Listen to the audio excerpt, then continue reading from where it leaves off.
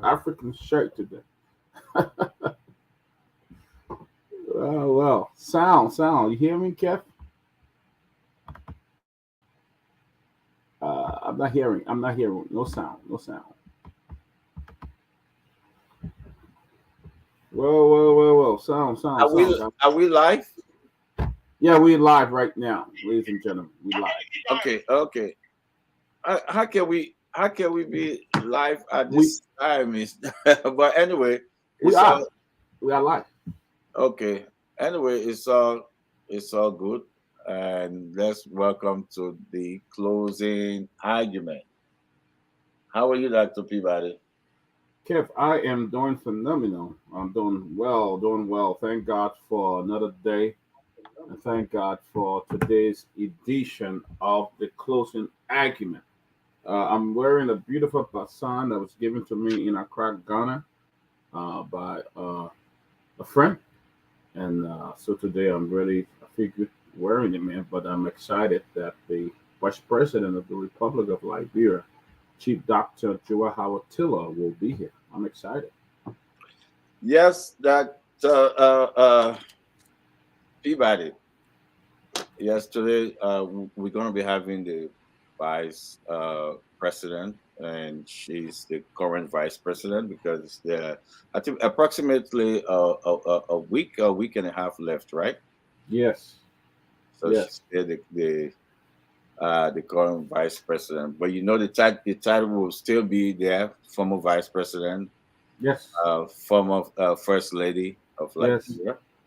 yes. So she will still have that title. Yes, Incredible. yeah. So, what do you expect? Well, you know that this is not. It will not be the first time the first lady will be appearing.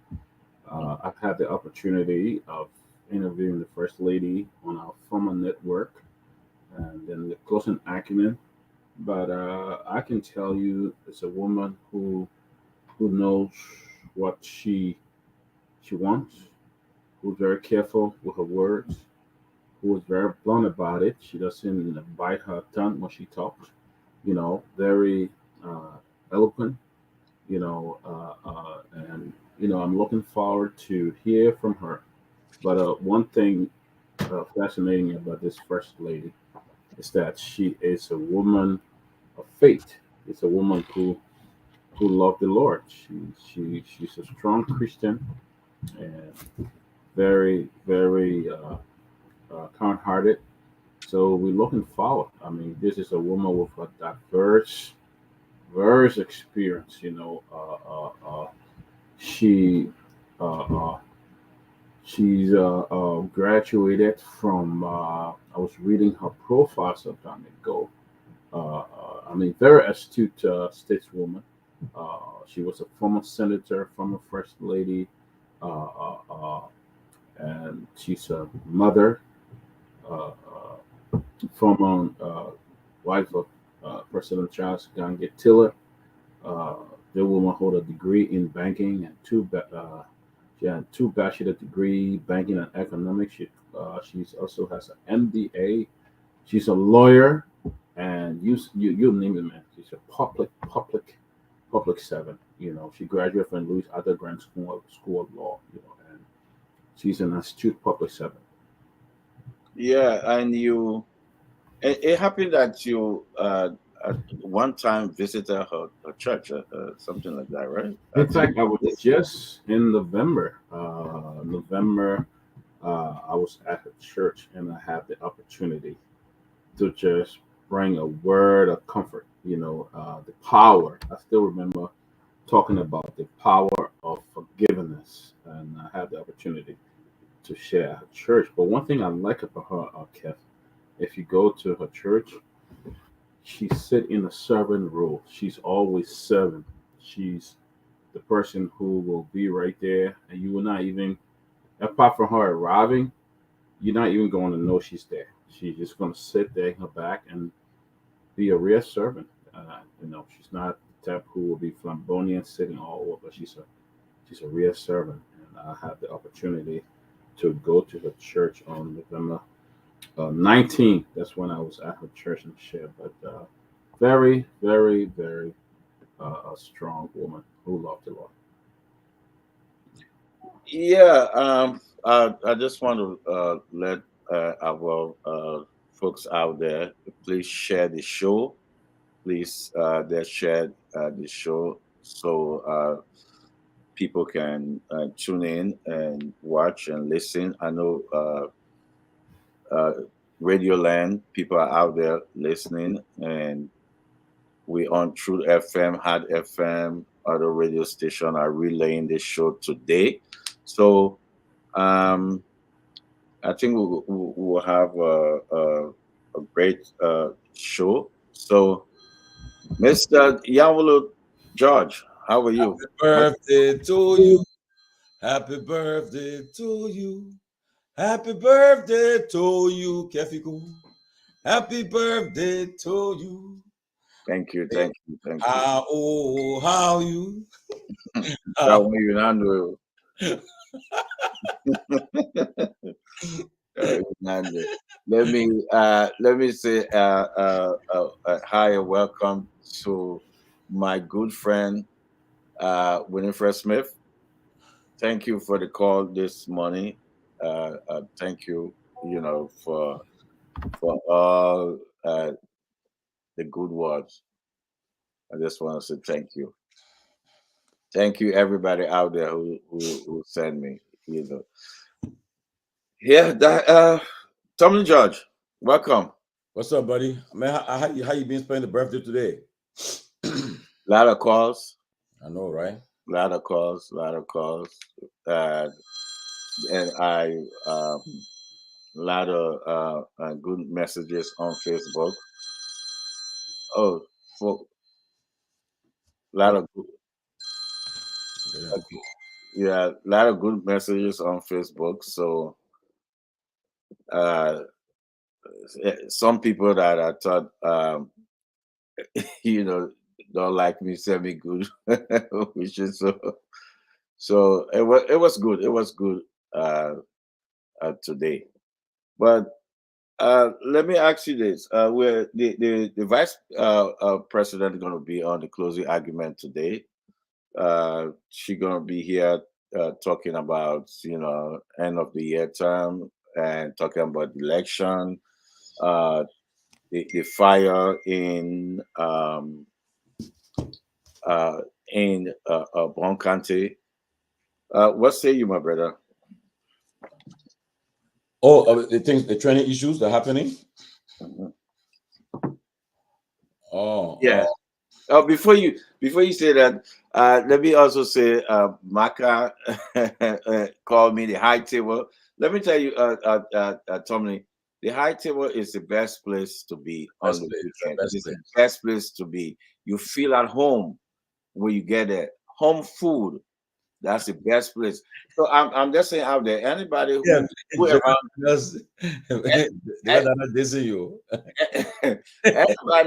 anybody who around the Maryland area, the Virginia area, the DC area, even around the Delaware area, and just come down Germantown and just come down to Marketplace. You will really have fun. You feel like you're in Liberia. If you're missing Liberia, go to Marketplace. You will feel like you're in Liberia. Good food, good food. Go ahead, my brother. Yes, we under the lot of trending news. We have the election of Speaker of the 55th incoming legislature of Liberia is coming up next week, and also for the pro tem. And we all know that the president-elect invited some lawmakers, all lawmakers yesterday at his residence. We really don't know what he invited them for, but uh, the majority bloc did not, most of them did not show up.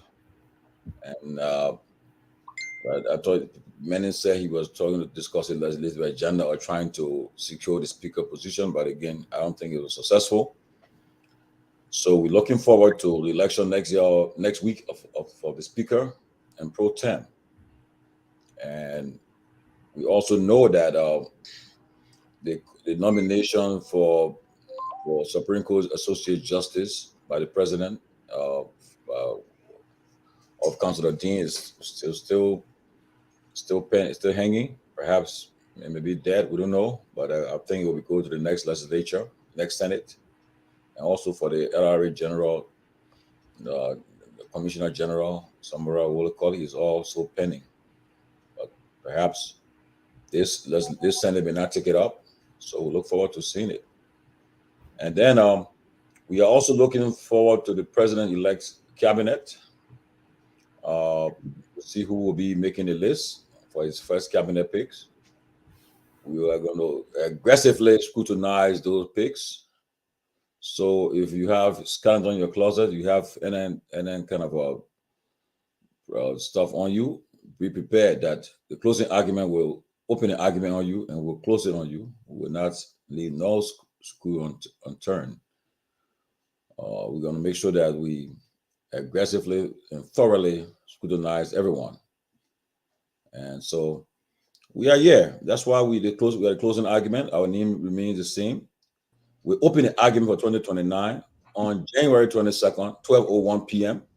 As soon as President-elect Bouaka says, "So help me God," the argument opens for 2029.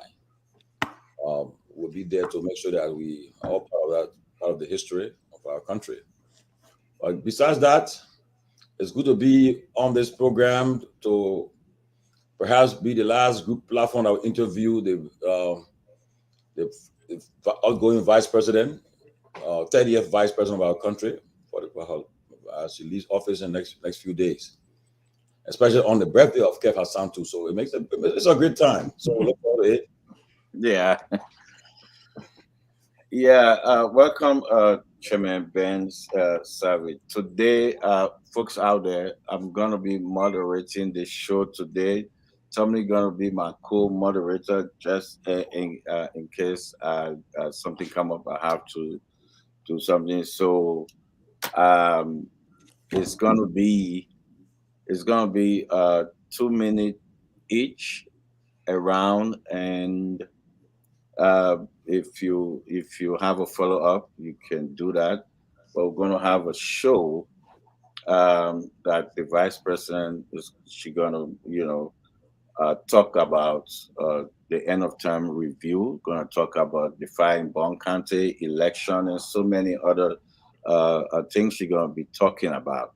And that's what we're going to be having a very, very good show today. Mr. Ben Sanvee, your opening, sir. So why you all blue? You should have told me. I know why. It's a blue day. It's good to see you. Happy birthday, my brother. We thank God for your life, and thank Him for giving you the opportunity to see another day. Yes, looking forward to this discussion today. I think I'm gonna I'm gonna ask my questions, so nobody should think I'm not gonna ask my questions. But I'm looking forward to it. Right? You get a chance to. How many times do you get a chance to speak to the vice president of your country? Let's say she avails herself.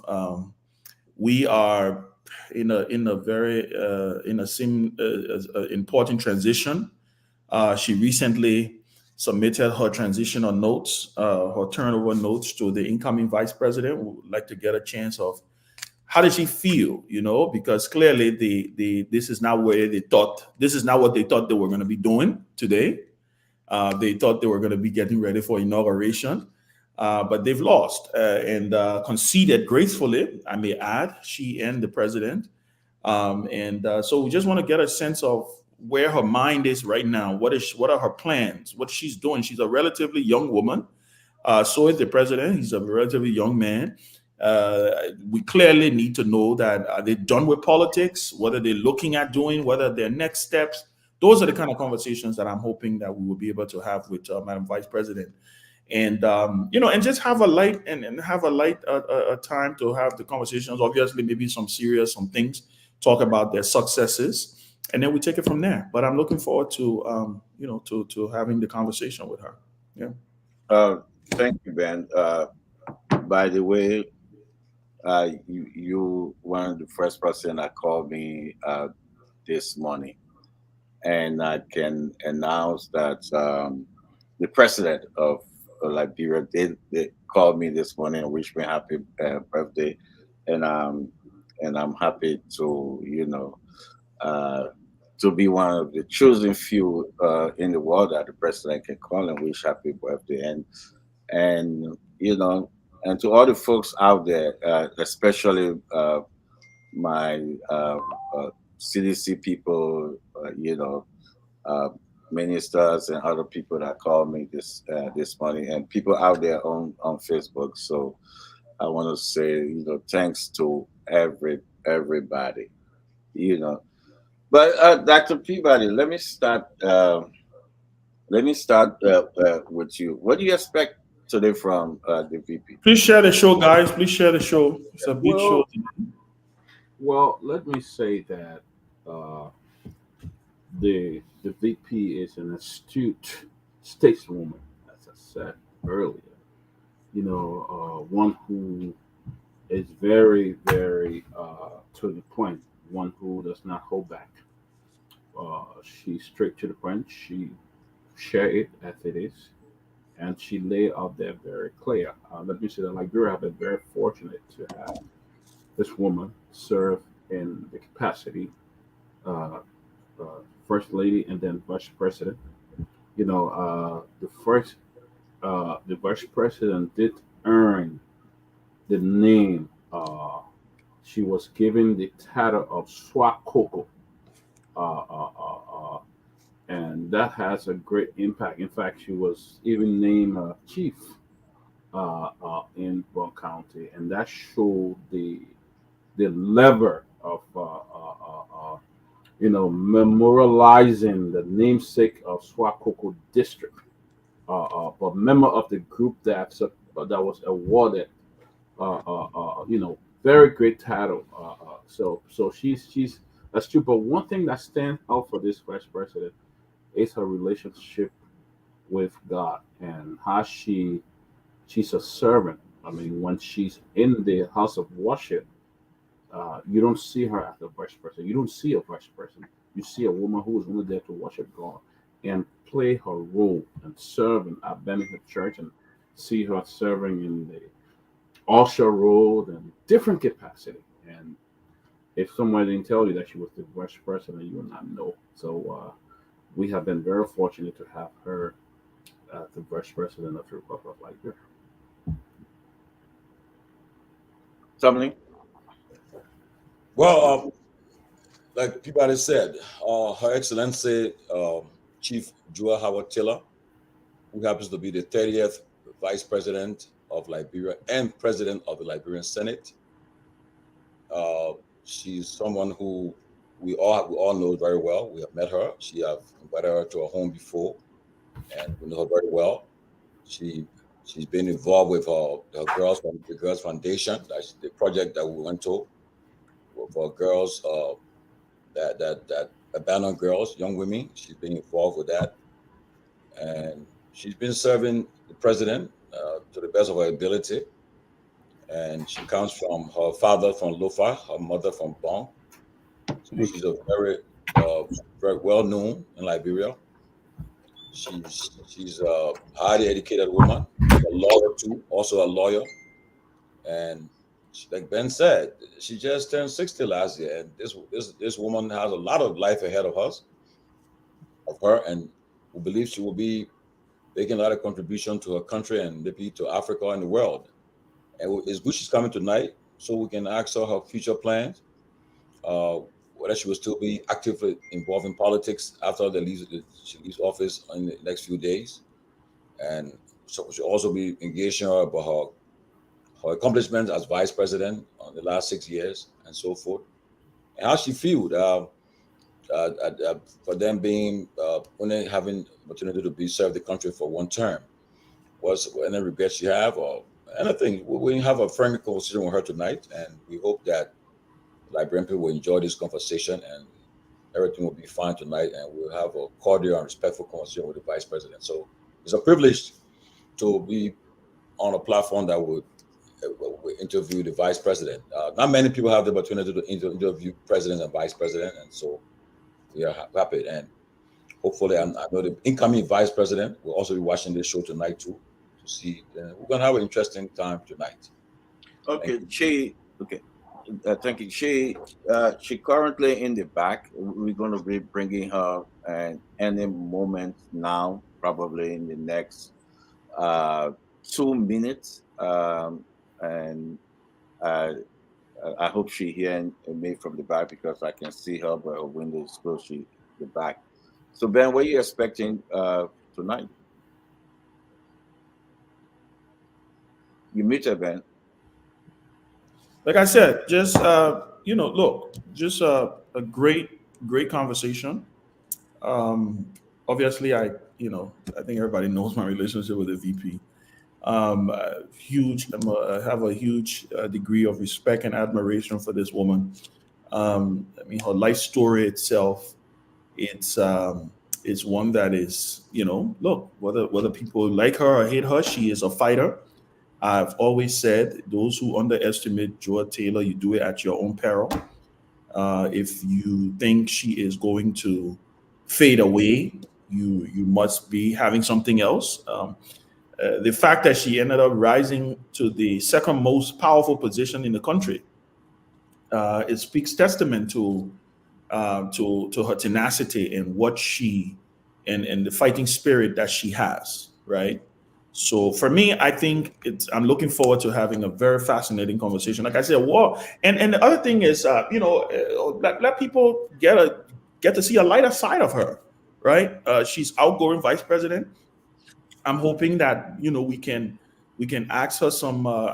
Maybe parts of her that I know, Kev, Tomalin, or we all know that the country don't know. Because sometimes these people, there's a tendency where people sometimes tend to not realize that they're human beings too, right? They have feelings, they cry, they laugh, they get hurt. Just kind of like having a well-rounded conversation with her and getting to know who she is. That's what I'm looking forward to. Oh, okay. Well, I hope she hearing me from the back. Well, let me say this. Welcome, Madam Vice President, to the closing argument. Thank you. Let me say happy birthday to you, Kev. I didn't realize today was your birthday. My birthday is 7 more days ahead. So we happen to be in the same month. So we probably have some of the same tendencies. Sometimes people say I'm an alpha female. So I don't know. I'm just Jewel. But thank you for having me on this closing argument this evening. It will probably be my last conversation as outgoing vice president. And I'm honored to be given such a platform. And I want to say thank you and good evening to each one of you in my own special way, especially to Ben. Thank you. It's good to see you, my vice president. I guess you're familiar to everybody on the platform. I think, and beside, I think Lofa Julius. So we have Tomalin George, Lofa Julius, your own son Ben, your pastor Peabody. So I think you're familiar to everybody. But let's give you the chance to do your opening. But let's just say that Lofa is from Lofa. He's the only man from Lofa that can speak series. That's why he need Lofa Julius. But Ben, during the campaign, talking about Lofa, just on a light note, there was a team of 2 young men who actually did 2 or 3 beautiful songs in Loma. Hip-hop songs, talking about if you want hospitals, George Weah is it, and it was a really jazzy song. I don't know if Lofa has heard it. We need to find it for him to hear. It was a really amazing addition to the normal songs that people sing during the campaign, and I enjoyed it. So, Lofa, nice to meet you. You too. Thank you. But I just want to say good evening to everyone again and to thank God first for the unique opportunity of service. As I sat in my office before I did my turnover notes yesterday, a lot of things went through my mind. coming home in 1995, 1996, becoming First Lady, and then Senator twice, and then Vice President. Someone said to me, you know, you're the first female in the world to come from First Lady to Senator and then to Vice President. So that should be a Guinness World Record, and we're laughing about it. But it's been an amazing, maybe 25 years of working. And I'm just grateful to God for allowing me such a wide platform with all of the media attention on politicians and all of the negativity you will find. I've been spared a lot. There will be a jab here and a jab there. But other than that, I think God has given me a period of impact, a period of seeing Liberia for what it is, for giving me an opportunity to love my country even more. And I'm a better person because of what has happened throughout my life. And so I'm grateful. And I want to say thank you to the press, the media houses across Liberia and across the world. I had a tough interview with Bloomberg a few weeks ago, talking about critical things. And it's just been an exciting 25 years. I look forward to much more. Okay, thank you. We're going to be talking on different issues, but we're going to be going around with 2 questions each with a follow-up. But let me start with you say you did your turnover note yesterday. But did you have turnover notes when you were taking over from the vice president, who is the president-elect? Yes, the vice president then, outgoing vice president then, and let me take this time before I even start to say congratulations to the incoming president, Ambassador Joseph Nima Boykai, and the incoming vice president, Honorable Jeremiah Kuhn. But before I took over in 2018, I had an appointment to go and sit with him. It wasn't an unusual thing because as I served over the 12 years as Senator of Bond County, those interactions were many and they were constant. And so it seemed like a normal meeting between the two of us. And I wanted to just go and, seek his advice as I was going forward. And at the end, he handed me this book and said, these are my turnover notes for what I believe will help you in your journey. And he handed me this volume of documents. And when he left, I took time to read it, and I saw that it was very, very, very detailed about the things that had occurred during his tenure over a 12-year period. I don't know if this turning over in the office of the vice president had happened before. I'd never heard of it. So I believe, if history would judge me right, that the then Vice President Joseph Nima Boyka was the first to begin this tradition of handing over of notes from one vice president to the other. And I took that as a very serious symbol of not just transfer of authority, but of transparency and accountability, which I thought was very important. And so when my tenure came to an end, I knew that that tradition would be an important tradition to carry on. So I want to say that this is not my idea. It was an idea that I got from the then vice president, who has now become His Excellency President Joseph Nima Boykai. Living an empty coffer. I think a story on Front Page Africa. Can you speak about that? Well, the thing is, the newspapers in Monrovia are very sensational, and sometimes they just carry stories. And I was a little bit shocked when I saw that heading this morning, that I had left an empty coffer. And so I needed to correct it. When I took over as vice president, the budget year ran from July 1 to June 30th. And so by the time we took over in January of 2018, the last 6 months of the budget was still in place. at one point, I think over the last 3 years, the budget years have been changed to January 1 to December 31st. And we run a cash-based budget. You get an approved budget, but depending on what monies are available, you make a request, and if the monies are available, then they give it to you at the point when it is available. And so coming out of the whole process of campaigning and everything we went through, the budget for the country is not empty, because I believe Minister Samuel Twe was saying that there is money in the coffers at the national level, which will be used for some of the activities that would take place over the next few days. And so maybe they mistakenly understood the process of saying the office of the vice president held all of the monies for government, which is not the truth.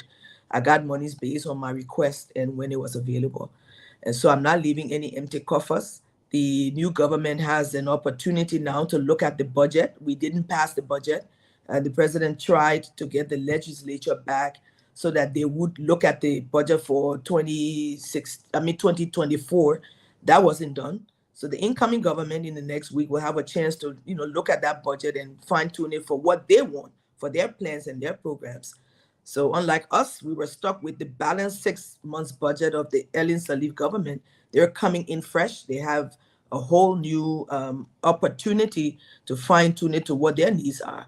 And so I'm not leaving the coffers empty. At the end of December 31st, whatever monies I did not use in the office of the vice president or was not presented to me remains in government, but not in my budget, because I received what I requested. Thank you, Madam VP. I will now go to Dr.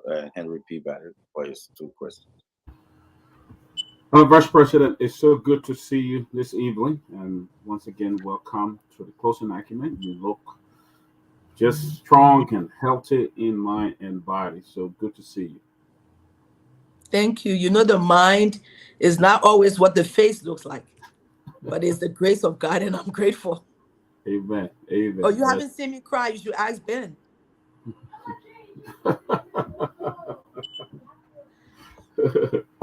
Yeah, but thank you so much, Madam VP.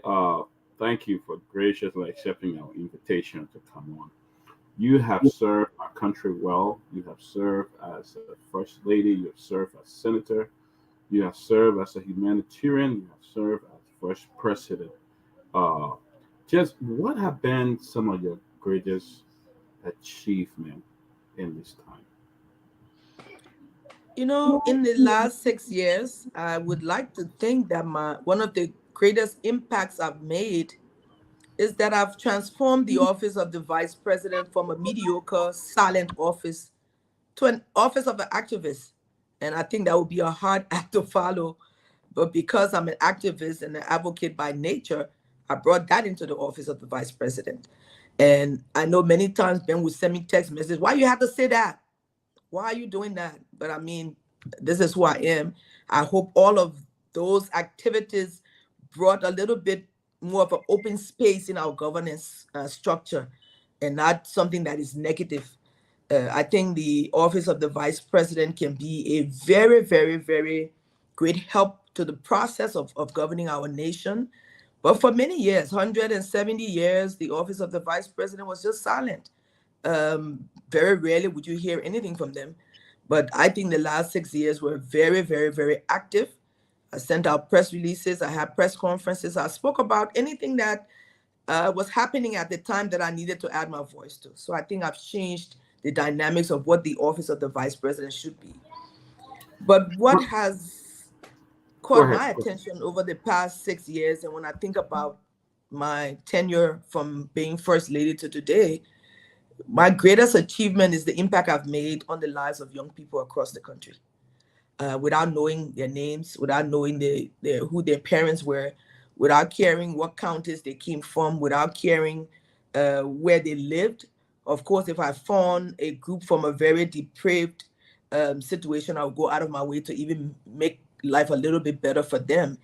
I'm still glad that I got in touch with the young girls that come from West Point, the girls that were part of the More Than Me scandal a few years ago. And today they are all at the University of Liberia, going to their first year of university. They've been transformed from just timid little girls that have been terrorized at the beginning of their lives into activists, strong. They're leaders in their own right. And I think that is a highlight for me over my career. And I'm just grateful to have had such an impact. Vice President, you guys uh, ran a great campaign uh, looking at the margin that you acquired the CDC uh, laws. What went wrong? What do you think happened? Why did you guys end up in the stage that you end up with such a very, very low margin? Why? What went wrong with your part? And I'm still asking myself that question. Maybe it's the time for the tears to roll. But the fact of the matter is that I think we actually put our very best foot forward. I was involved at a very high level. I traveled across the length and breadth of Liberia to the nooks and cranny, carrying the messages, explaining issues, talking about some of the lies, trying to correct it. And if you had asked me at 2 days before the first round ended if we were winning, I would have said yes, indeed, we were winning. Howbeit, Liberia has now grown. The population is a little bit more aware. They're taking decisions based on many things. And I think what made us lose was the negative propaganda that was spread. Every time we would go through a particular area, by the time we left, there was a group that would go back and rehash some of the lies. And people weren't sure of what was going on. But I think the negativity was high on my list of why we lost the elections. And it's sad that most people listened to the lies and opted for a new opportunity to get new people on board. Howbeit, for love of country, we think the decisions taken by the majority, and I still think the country is divided almost in the middle, that you have maybe 49% of the population saying they would, support George Weah, and the other 49 point whatever would say they wanted a Joseph Boyka regime. The country has spoken. And I want to thank my president, His Excellency President George Manuel Weah, for making a decision that he felt was the right thing to secure the peace of our country. All of us weren't happy with it, but we understood why he took those decisions, with the threats of violence and all of the other things that seemed to be creeping into the body politics, and nobody wanted that. And so he took that decision, and we all followed through on it. Again, time will tell whether the decisions made in the 2023 elections were decisions to take our country to a better place or to leave it where it is. I always say elections and voting has consequences. And so we'll see how the next few years pan out. But I can tell you that I will be a statesperson involved in activities concerning women. I'm afraid that there may be, again, when we get into the next 2 weeks, an all-male government. And that hasn't happened for a while. Madam Salif was president. I became vice president. But you might have a speaker and a president pro tempore, and the leadership of the country now, apart from the chief justice who has about another year left, we might actually end up with an all-male leadership. And I think it will be a tough environment for women. So I hope I will continue to contribute to lifting the lives and empowering women across Liberia and across the continent, as I have done. Thank you. Tomalin Judge. It's good to see you again, Madam Vice President. It's always good to be in your company and to discuss issues of Liberia with you.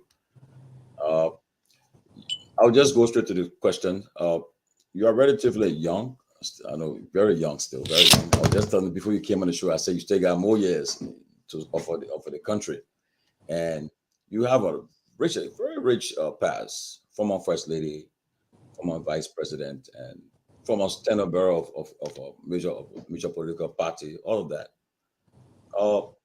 The next 6 years, as you just said, you will be involved with women activities, but will you be willing to accept an offer from the ECOWAS, the African Union, or the United Nations? Do you think you have any interest in any of these organizations if they offer you an opportunity to serve?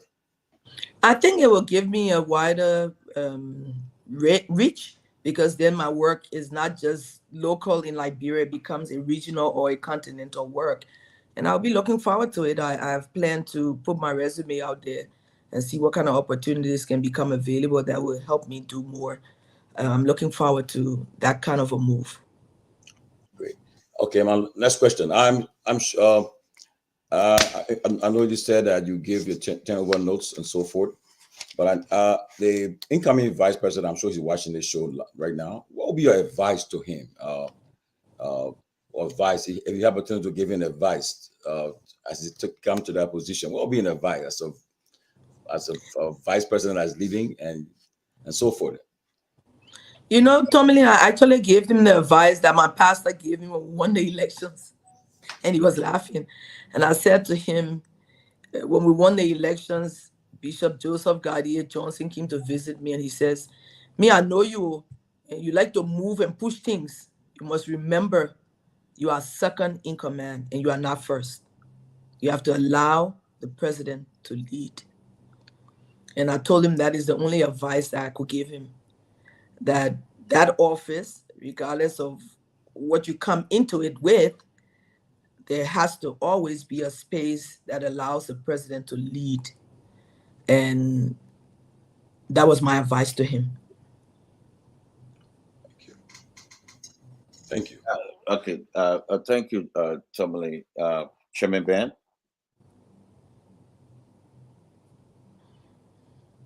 I'm sorry, I thought it was going to be Lofa. I thought we were going by the. So, man, Vice President, thank you. And it's good to see you again. My question has to do with that night. We were privileged to be there with you. I think everybody on this screen but Lofa was there. What ran through your what was running through your mind, right? I mean, I can speak for myself. It was a moment of awe. It was a moment of history, right? Being in the room with the vice president and the president picking up that phone. In fact, you called the president-elect first, and told him that the president was trying to get in touch with him. I want to know, because like I clearly said, that was not what you guys expected. That was not the night you were looking forward to having, right? I want you to talk about that night. I want you to take the country in the room that night, right? And from your lens as vice president, looking at your boss, doing something that probably a lot of people didn't think was going to happen, because the country was very tense that day. There was all these rumors going around that George Weah was about to steal the election and the country was about to blow up and stuff like that. So I want you to talk about that evening, and what message and lesson do you think young people should take from that? That spirit of being a patriot, of knowing when to step aside when your time comes, right? I want you to talk about that. Well, I can say to you, the first thing is I was in total shock, because we're all still hoping, as the Electoral Commission continued to slowly roll out the numbers back and forth.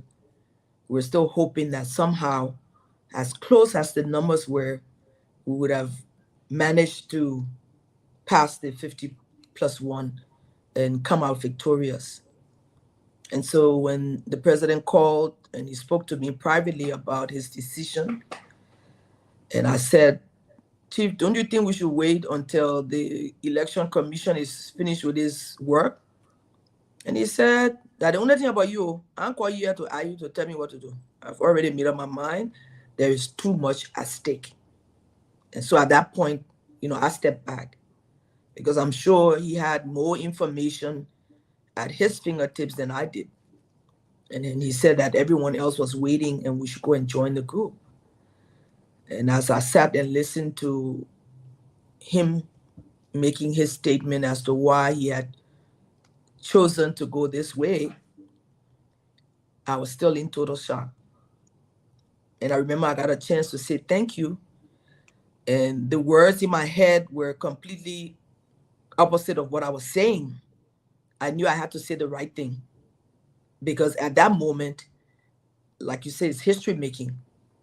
For the first time, maybe in the history of Liberia, a sitting president agreed, to step down and give peace a chance. And so for me, it was surreal. But I'm happy that I ended up saying the right things, saying yes to his decision, because again, the final decision was his as the head of state and head of our party. And so I supported his decision and I told him thank you. And I reminded him of some of the things we had gone through together, but that still Liberia was more important than any one individual or any one political party. And so today, I still think the right decisions were made. The temperature in the country within a few hours after that call was made just dissipated, and everybody was able to relax. All of the tension across the country, seemed to come down almost immediately. And his decision saved Liberia. And so I want to thank him again for seeing beyond all of us, because there were people crying and others wailing, in that kind of an emotional state. Who knows what would have happened? But he stuck to his guns and he said this was the right thing. Lessons learned. I think from my viewpoint, I can say that indeed Liberia has men and women who have the caliber, the characteristics, the integrity to know when to say yes and to know when to say no. And to wait if waiting is what is required. And President, we are proved all of the things he's continued to say, that he got involved in Liberia many, many, many years ago. And for him, it was, yes, he wanted to be president, but it was about doing the right thing. And I think that night gave him a place in the history of our country, in the history of our region, looking at the coups and the counter coups that are happening all across the region. It showed strength, it showed patriotism, it showed love for country before self. And I think that is a lesson that all of us can glean from, not just at the high political level, but in every area of our lives. That the issue of service has to be just that, service to those who you are engaged with or those who you represent. It should never be about you as an individual, because making that decision as an individual, maybe he would have made a different decision, but he took the best decision because he wanted a sustainable peace in Liberia, and this is what we have today, out of which we are now going to, in the next few weeks, turn over power from one government again to the next. All right, thank you. And let me ask my second question. My second question has to do with, Tomalin asked something similar, but I want to push it a little bit. You talk about the fact that you are going to explore opportunities in the region. You are a distinguished stateswoman now in Africa. I mean, I tell people this election result is even more about you guys conceding than about the other side winning. That's most of the thing people are talking about. What about politics? Right? What about politics? Like Tomalin said, you're relatively young. Are you disengaging? You're still the leader of your party that is a part of the coalition. I know there's going to be a lot of discussions happening between now and the next couple of years. Are you hanging your boots up politically? Are you not interested in politics anymore? Are you now going to be Jewel, the stateswoman, who is going to be called upon to go monitor elections, and what are you going to do politically? Are you hanging your boots up? And then No. lastly, you said no. Okay, so you finished answering. So you finished I answering. don't think so. Okay. I think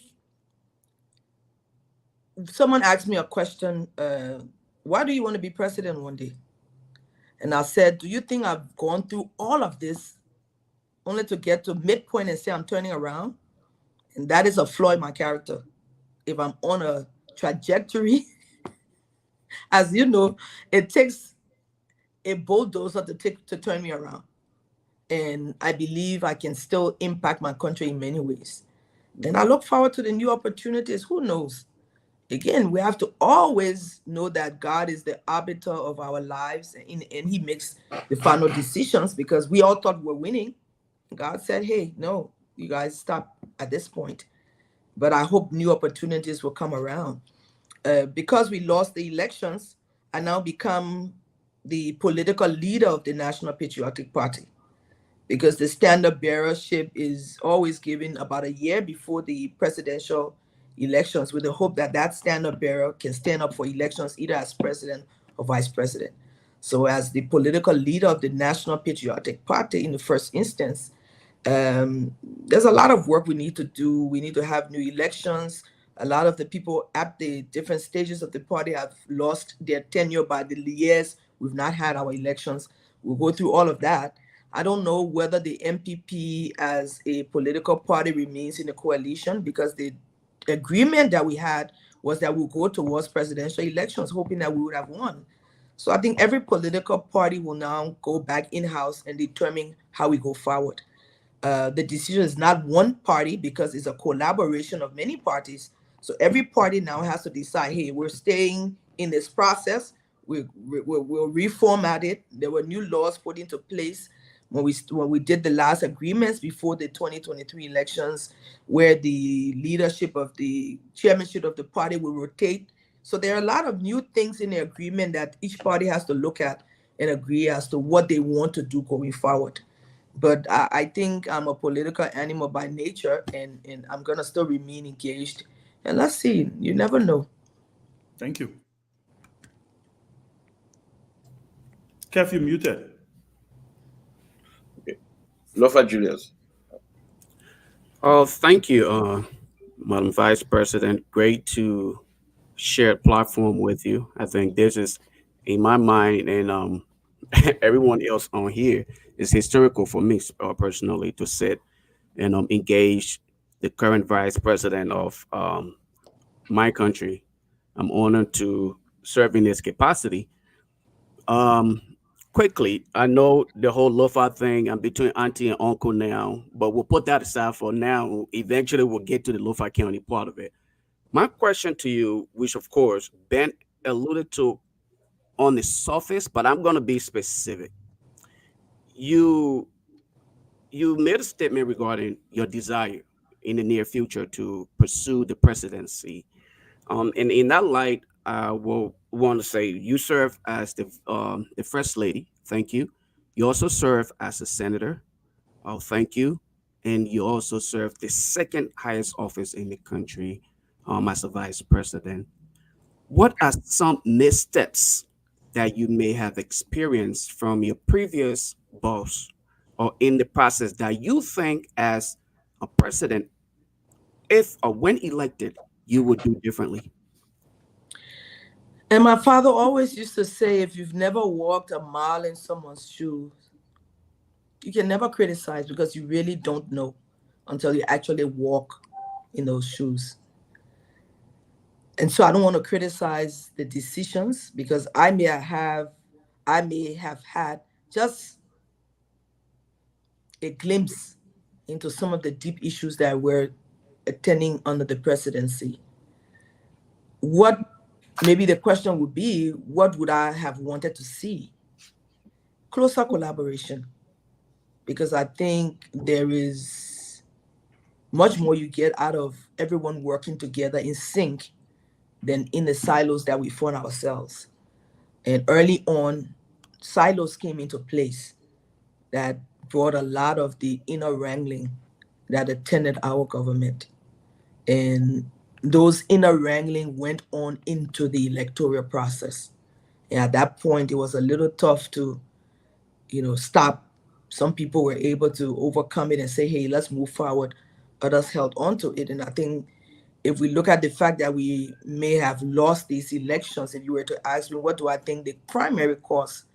People didn't see that unity that we had in 2017. In 2017, we moved as an opposition with one voice. The president would sit for hours listening to everyone. And we never voted on any issues. We came to a consensus. If it took 20 hours, we sat at that table for 20 hours. And for me, that was my conviction going into the presidency, that if we went into it consulting, the Bible says in the multitude of counsel, there is safety. Consulting everyone. And that was one thing that was missing in the governance structure. There were silos around the president for people had their own reasons. The Minister of State, and he's my friend and brother, we've gone beyond that.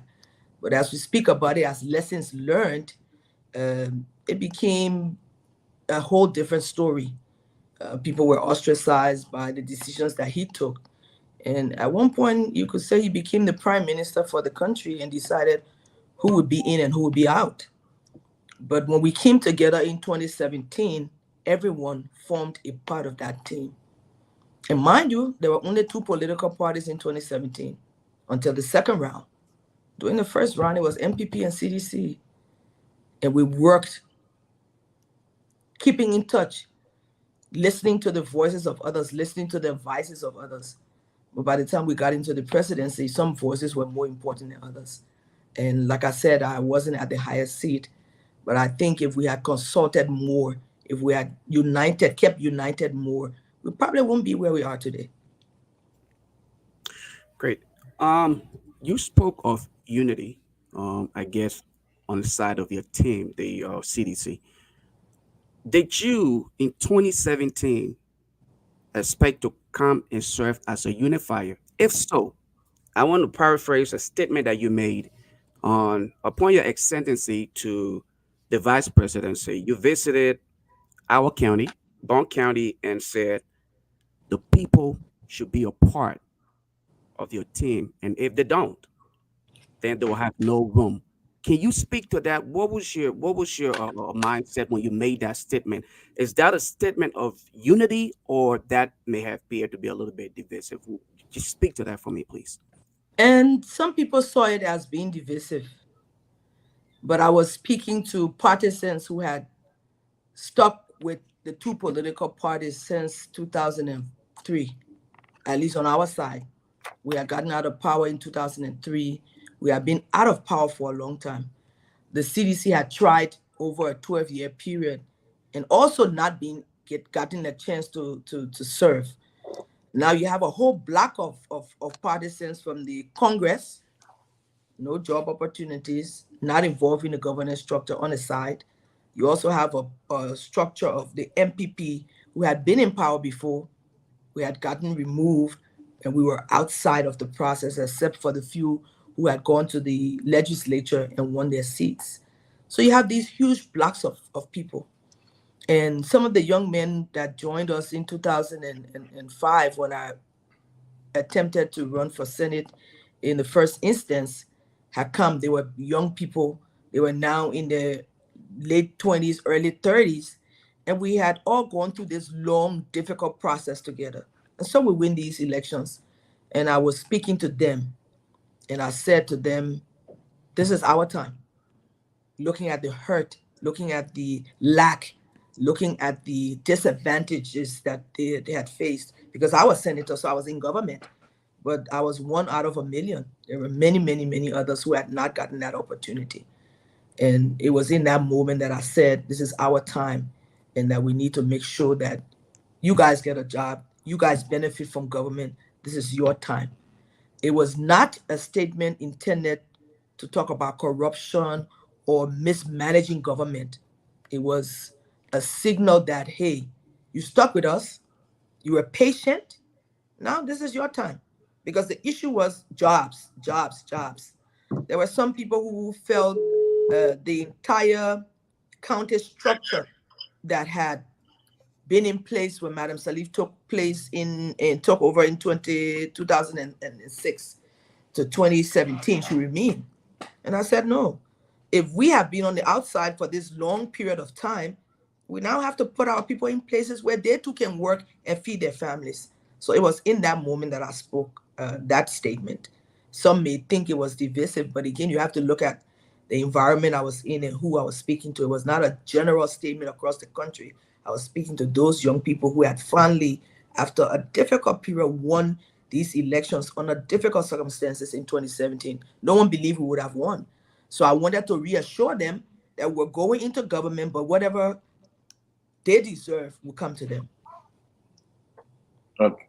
Okay. Thank you, Madam VP.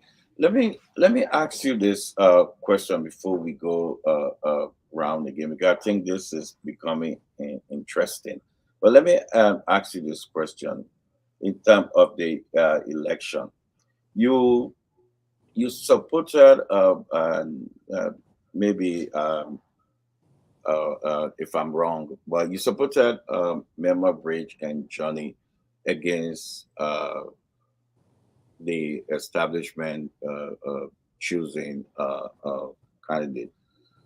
And don't you think it sent a mixed signal, even though the CDC won Bon Kante, because the first round it was higher, the second round the margin decreased. Don't you think it's a mixed signal that you sent, because you're talking about unity now within, but you went another way, the party went another way. Don't you think it's a mixed signal you send out there to the voters, and that cost us, or sorry, don't say us, cost you know, I want to be well, cost us to lose votes in Bon County. And at least we're ending our tenure now, and I think I can be a little bit more open about some of the issues. When you come to, Benjamin taught me an important lesson, and he said to me one day, many years ago, when I was running for my seat as senator, Benjamin Sanvee, the second time, Benjamin Sanvee, and he said to me, "Mom, politics is an exact science. It's not emotion. It's not what you think or what you feel." And that made me step back a little bit. You know, at that time, we're going into 2014.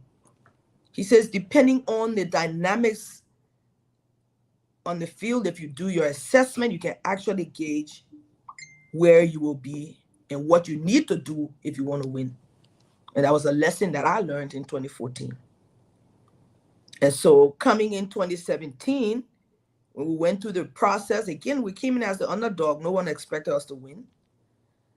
But what happened in Bon County particularly was those of us who were stakeholders in Bon County were giving the mandate to go and win Bon County, first and second round. No games played, no interference. 2023, things changed. A lot of interference. People who didn't even come from Bon County felt they could go and tell you what to do and what not to do. But anybody who knows me, and I know a lot of them are watching tonight, I would always have my say. And I took time to talk to the chairman of the party. I took time to talk to all of the party leaders. I said I had been going through Bon County a year before the elections, talking to all of the stakeholders. And if I was not sure of anything, I was assured by the consultations I had done before the elections, a year before, that Johnny Bay would be senator and that Mwema Briggs would be re-elected. And so I took that back to the party as information. And they said, oh, you know, Johnny Bay now with the party. I said, we are making concessions in other counties. There's some places we didn't put up any candidates. I said, so if you guys are not sure where Johnny Bay stands, then let's not put up a candidate because he will win. Same thing with Honorable Mwema Briggs. I had meetings on top of meetings with the women leaders across Sarala district. And they were gung-ho that she was their leader. And even if CDC refused to support her, they would take a decision to support Mwema Briggs and not support the presidency. So those were the warnings that I had gotten early on. And so I took that to the party. I know many times I had long conversations with the pro tem.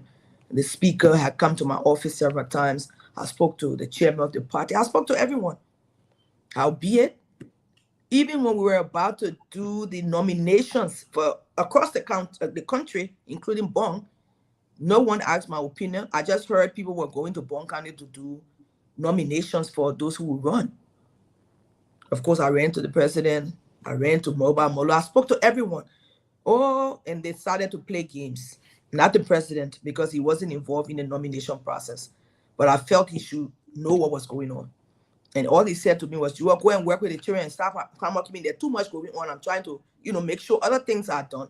So go talk to the county chair, the chairpersons of the parties and the different structures, which I did.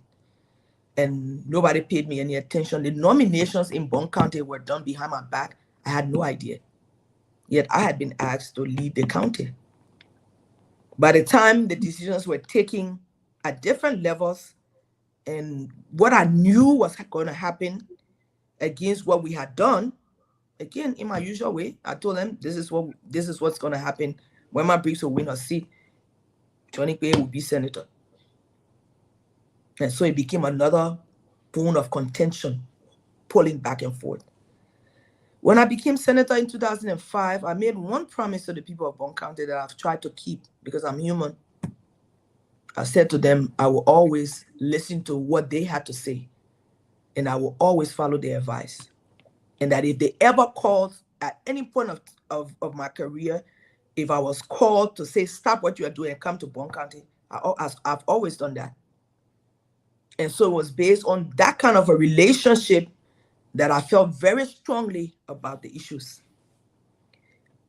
The day the president was traveling through Bong County, and Salala district is the first district, and I went to Moema's house myself because I had been told, we'll support Moema, we won't put anybody up. So I had gone to the district, picked her up in my car, and took her to the rally.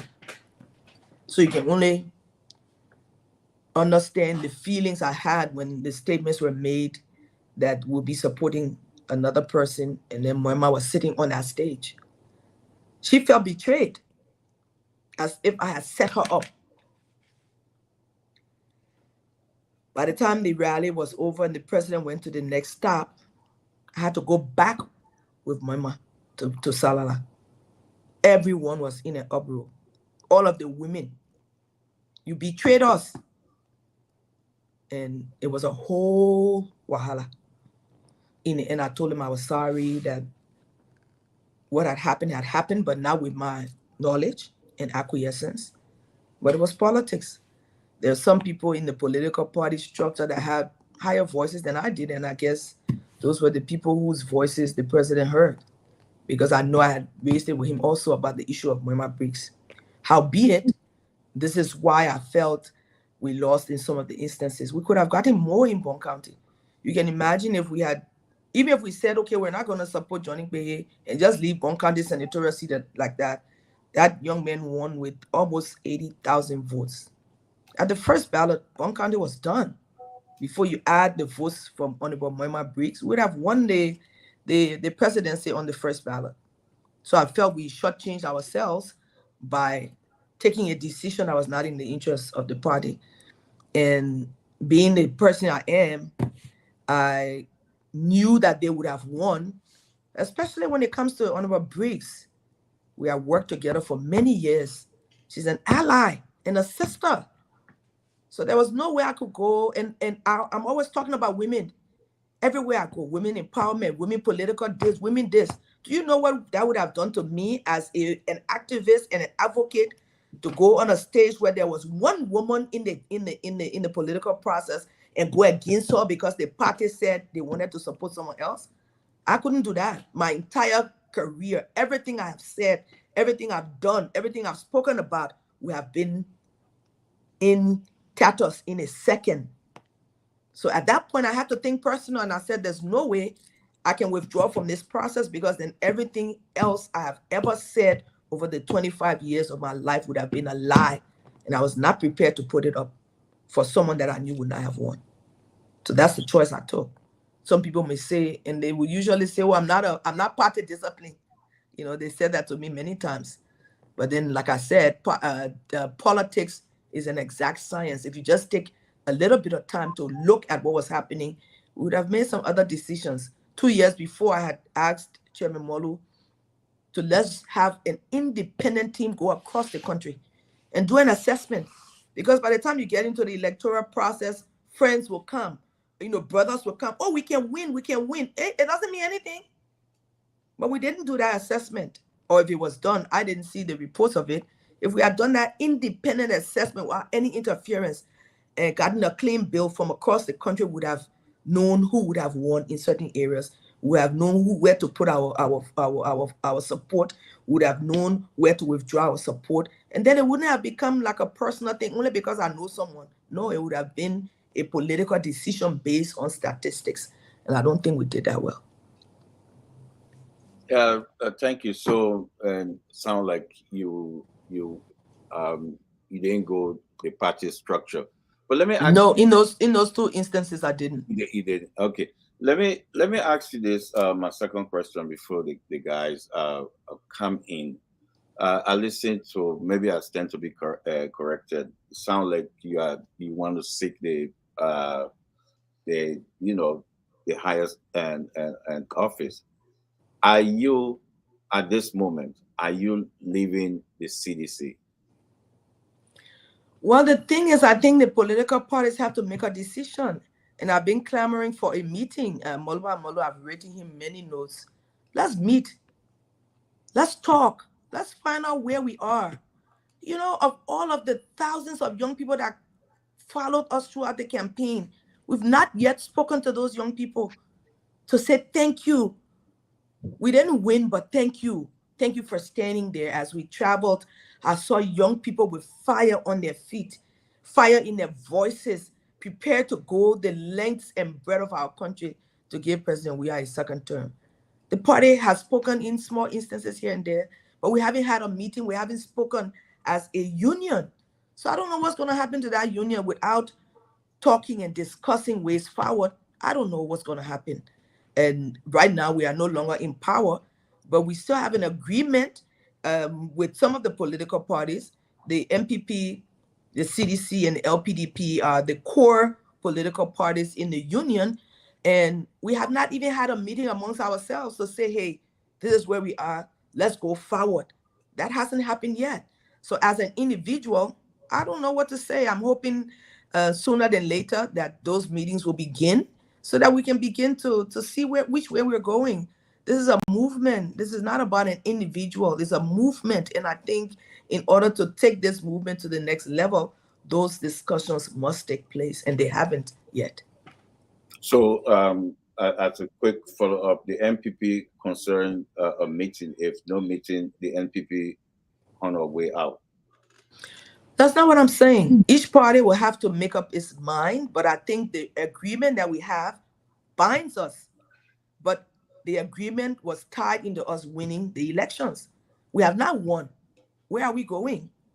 That conversation has to take place so that each political party across that table can look each other in the eye and say, hey, this is where we are. This is where we made mistakes. How can we fix it? If we can't fix it, what are we doing? So it has to be a collective decision, and MPP will not take a decision individually. But if those meetings are not called by the political hierarchy, that means the chairman of the party, who is Chairman Molu, and the other stakeholders, if those meetings are not called, who knows? Maybe 2 months from now, somebody else will say they're no longer there. Another party will say, I'm no longer there. So it might become more difficult. I'm so hoping, against all hope, that the political party structure that is in place will call that meeting. There's nothing we can run away from. We've already lost. Where do we put our act together? Where do we, see where the future lies for that situation? If it's going to go forward, okay. If it's not, what are we going to do? So those are the questions I'm thinking about, and I hope an environment will be provided where we have an opportunity to talk about it at the party level and take some decisions. Because not taking a decision is also a decision. So we said we're going to go to win at the presidency. We haven't won. If no one calls, it's like you go and you and your wife are in a discussion about divorce, and the divorce hasn't taken place, but there's no discussion. One person is going left, the other person is going right. By the time 1 year passes, it's definitely not going to a divorce, because the conversations that should take place, the mending of the issues that have caused the break haven't been discussed. There's no meeting of the minds. Then you know the divorce is going to take place. So I'm hoping after all of the struggles that we don't go that way, but that decision is not up to me. I'm not the leader of the party. I'm just second. And the party, the political party structure has an actual imprint of who should be doing what. And I hope that Chairman Moba Molu and others will begin to think about where we go. We cannot ignore the situation that we're in. We have to deal with it. If we don't deal with it, who knows? Thank you. Dr. Peabody. Madam Vice President, prior prior to taking over, you had a rough start with uh, this government. You had a very rough start. In fact, there were a lot of things. You had no direct contact to the president. Uh, People did not allow you to see him when communication was to be. You, I remember a situation where you even traveled to the mansion. You were going on a trip and you were denied from seeing the president. And it appeared it was a very difficult start. I think it was just into the second or third year that probably uh, you're able to mend your differences and all of that. Did it ever improve? Uh, uh, uh, did they did the communication, because it appears that the lack of communication made a lot of things to go bad within the government, the citizen. And I think you're right. That disunity actually ate into the fabric of our government. And if I would look back, I would say that was the hardest part for me. Um, as a woman, we like to talk. We talk about everything, our children, our husbands, our day, whatever is happening, we don't want to talk about it. Unlike how men operate. And so I always wanted an opportunity to talk about some of the things that were happening. And I always say, President, I have never had an argument, face-to-face argument, never. But I believe at certain points in time, I was blocked. I was no longer part of the team. In 2016 and 2017, I was a part of the team. We sat at a round table together, we discussed. He would ask me at the end of everybody's conversation, oh, Deputy SB, what you say? And he would listen to whatever craziness I had to say. If it impacted positively, then I got the day. If it didn't, then someone else got the day. But I always had a chance to speak my mind. I still think if you looked across the round table that we sat in with all of the political party leaders, I still had the most experience coming from 1997, to where we were. And I had seen quite a lot. But I was blocked in many ways of not having that kind of access that I thought I would have had because of the whims and caprices of others. Howbeit, I tried my very best. I got involved in some of the things I wanted to do, and I moved on. When we got closer to the electoral process, we had to come together to work. And so we went on the campaign trail and I supported the president. I had opportunities to say what I thought. But I don't think the value that I brought to the table was a value that was highly considered. And I think that is my disappointment. Yeah, my second question, Madam Vice President, is the issue of sanctions. We saw about 7 officials of government, from senator to minister, being sanctioned. Different reasons. We saw the city mayor Jefferson Kochi being sanctioned, and all only within this government. We did not see that during President President government. Only President Weah, one of the highest number, being sanctioned.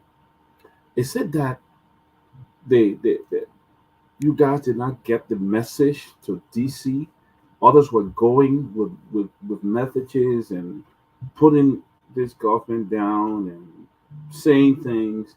And it appears that the government was just mute about all this that was going on. They did not, like the other day we had a very good friend, Larry Kennedy, and Mr. Kennedy talked to. Peabody, I don't think she can hear you. Can you hear me? She signaled something like that. She Okay, can't hear can you you. hear me? Okay. You got to let her go.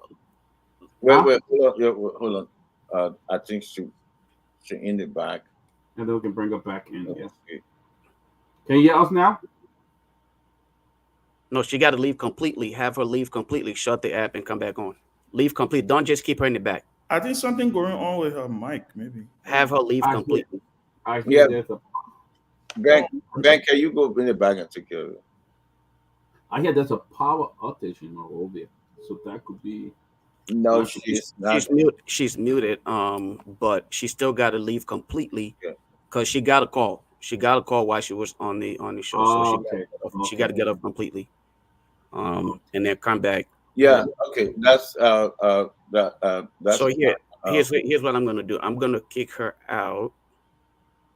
And then you can. okay, then she can come back later. I just kick her out. So let her Lofa, yeah, you would say that, and just do that, and just, you want me play the video? That's fine. Just do what you gotta do, and what about the video? You can bring her back in. Yeah, that's fine. Can we play the video while she's coming in? While we wait for her to come in? Hold on. Which one of the video do you have there? Second one. The second one. The second one. Okay. Well. Okay. I will introduce that. Let's wait a little bit. Okay. Let's wait a little bit. Hey guys. So far, what you guys made of the first round of welcome to the show, Robert, and the first round of interview from Tomalin George. What you hear so far? Well, Was that the Peabody first two questions? No, Peabody. I got one more question. Guys, let's wait. No, I'm just asking. I want to see how they. Yeah, I understand that. Let's wait. When she come back, Dr. Peabody will continue. I know. I'm just asking. Was that his first two questions? Throughout the interview, was that his very first? No, the show been going on, Robert. You late? No. Okay. You late? Right. He asked me that show been going on. You late? All right. But she coming on. yeah, so far we're having a very frank and honest conversation, open conversation with her, and these conversations are very healthy. Especially there are a lot of rumors out there, a lot of misinformation, perception out there about what's happened behind the scene and so forth. And I think the vice president is answering the questions, and she's been open-minded and asking honest. Yeah. to be answered. She's answering the questions. People get to know what's really happening in the background, what happened in the election, what some of the missteps and so forth, her political future. And I think she's really holding her turf. And okay, she at the back. I think let's bring on. Continue, Dr. Peabody. You can hear us now? You can hear me now? Yes, everything's fine. Okay. You know, I was born before computers now, so they do things so now you can check us some kind of way. Yeah, I would say that one of the things is folks were saying that information was really not being disseminated in DC. I mean, the folks will come up and write and say things and testify before Congress. And there was nothing really done for this government to really present the case. In the case of the harmonization, it was not something that was initiated by this government. It was actually the IMF who came up with it. But then the information did not get out there right. There was not a lot of publicity placed on it. For that reason, the people took it against the government, said the government was cutting the money, but actually it was not the government. The government was placed on a special plan. Why do you think all communication was not flowing like DC or having people who could actually represent them in DC? And I think when I left us off, we're talking something about sanctions, but I think we'll just stick with it. I'm sure that question will come back up. The issue of interactions between our government and DC, from what I know about, is that there were people who had access to get that kind of a work done. And the issue wasn't in DC as much as it was in Liberia with the misinformation amongst our people. But the fact is, we did our best. I know during the campaign, I was clear. Everywhere I went, I would try to clarify the issues. But I guess the misinformation overwhelmed all of us. And it is what it is. You can only look back and say, hey, this is where we've come. How do we go forward? All right, that's my second question. That was okay. Somebody judge. Madam Vice President, quite since the election of the incoming administration, there have been talks about this thing about audit. It's all year audit, and so forth. I'm sure that since the elections are in November and in November, I'm very sure you and the president you guys have been meeting, and all the members of your government. There's a transitional team that was put in place, and the president carried on the process, leading to inauguration. How can you defend your government when it comes to this issue? We're talking about audit, and you have NN like NN fear or NN concern that the incoming administration you think they're going to find something, as they are just people are saying that you having how do you feel when you hear all these news are coming up? You know, for me, the Liberian community at home, we talk about a lot of things. An incoming government, for example, has a right to say, let's audit the government. It is their right.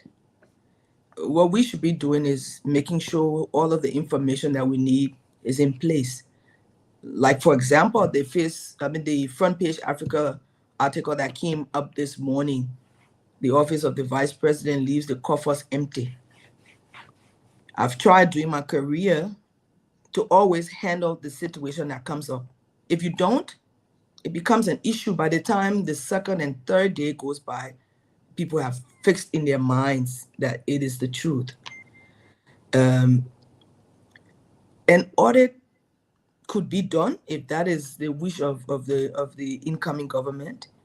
I think we've done our best. The transitional notes that I heard the president talk about at our meetings was that everybody should put their documents together and make sure things are online. And so if every agency would do that, then we'll take it from there. There are a lot of rumors in Liberia.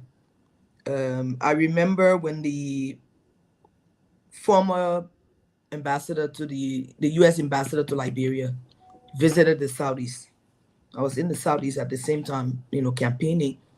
And he came through and he got back to Monrovia and made this blanket statement that the U.S. has spent a lot of funds in Liberia and they couldn't see anything. And I had an argument with, some of the others on the other side. And I said to them, most of what the U.S. brings goes to their own program. USAID runs its own program. The drug program that we have with the Ministry of Health is run by, certain NGOs. I said, so for someone to just make a blanket statement without clarifying where the information was coming from or what particularly they were talking about, then it's something that spreads a blanket over everyone, and I didn't think it was fair. Happily, a month or so later, he came back on and said he was emotional. Remember, just before he left, that was an emotional statement, and he didn't make it in good faith or whatever the words he used at the time. But by that time, the entire country has soaked in their hearts that the government had mismanaged every opportunity that we got. And that carried also through the campaign. You have to stand for hours and explain, no, it's not this, it's not that, it's not the other thing. But by the time the negative information is already given out, it makes it difficult to really go back in and correct it. And I think that is something we'll keep facing. I believe coming in, they will have their own plans and programs. An audit is something that must take place. All of the information provided must be given, and someone must look through the documents to see what has happened. There was a situation in Mangibi, I believe, of the the the Mangibi health team.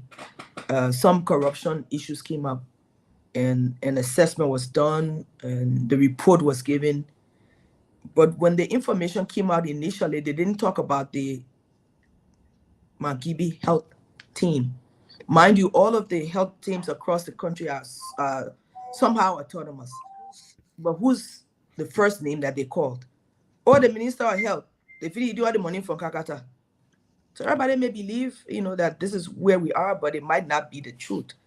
So let's see how this will go. I believe, if that's the way they want to go, no one can stop them from doing it. And I think it is their right. So let's see what President Joseph Boyka will want to do. There are a lot of rumors about many things, but the final decisions will be his. And I think we have systems in place that can do an audit of government and tell you exactly what happened and what didn't. Oh, okay. Now, I know, like you say, you'll be active and so forth. That's a good news to hear. That, as I said, you relatively stay young and got a lot to offer the country and Africa and our world. So that's good to hear. Thank you. Okay, man. But Madam VP, if you guys had to do it over, this whole process over, what are some of the things that you think you're gonna say we fell short and we could have done this better? Like, for instance, you think you would like to play a more role where you have been involved in the appointments of officials of government, or maybe getting involved with reshuffling of the cabinet sometimes, or so forth. What role you think you have brought if you are given opportunity, and think that if you have opportunity to do it again better? And I would like to take that question from a different angle, because the Constitution is clear of the responsibilities of the presidency. And I think it would be disingenuous on my part for me to say I would have liked to get involved in who got appointed and who didn't. Of course, all of us had our interests and we wanted our people hired, but in the end, the final decisions were taken by the president. But I believe one thing that we could have done better: information dissemination. I just sent a video to Ben, and I think Keff got a copy of it. When I finally put that video together, it was at the second round. Many people didn't believe the issues we were talking about as you go across the country. Or they're fixing the road from Robertsport to Medina. Nobody believed it except those who live in Robertsport. Or they built this beautiful hospital in Bapolu. I remember we were on Spoon TV, and I don't know who was on that show the last time I appeared on Spoon, and we were talking about some of the issues, and I was saying our government has done very well. And I was talking about some of the positive things we had done, and Stanton kept saying that is not true until I started to send pictures. I sent so many pictures that someone called and said, text me and said, okay, let it be so now. I said, no, but let's look at the issues here. We can't make blanket statements like that. I think we didn't do well in our information dissemination. That a lot of the work that the president had done, and in the next 2 years, you'll see a lot of that coming to pass. The hospitals that are being built across the Southeast, all of the skills and vocational training institutions that have been completed and furnished, and the teachers have come back from training that are ready now to start teaching our young children to learn skills so they become more marketable. All of the different things that we didn't do well in transmitting that information to the population. And that's why there was a lot of people kept thinking, oh, someone is faking here. I went somewhere in the Southeast and a young man said, that's not true. It's not happening here.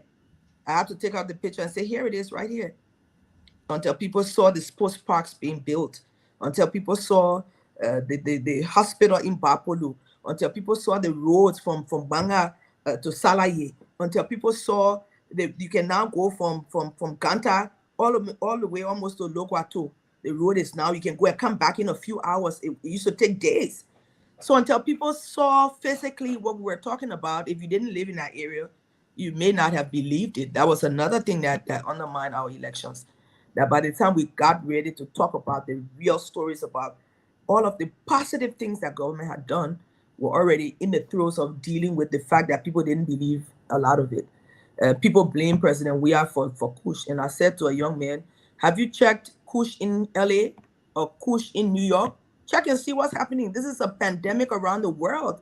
But our government has put money in the budget. We've now created 6 detox centers. They are available, but you have to carry yourself. We're not picking people from the street and forcing them, because then you're not doing what it takes. You must walk into the center and say, I want to be cured. So it took the president to go and visit. I think on the video I sent to Keff this morning, he's actually interviewing some of the young people who said they have been on drugs since 1995, and this is the first time they've walked into a center and they were being taken care of.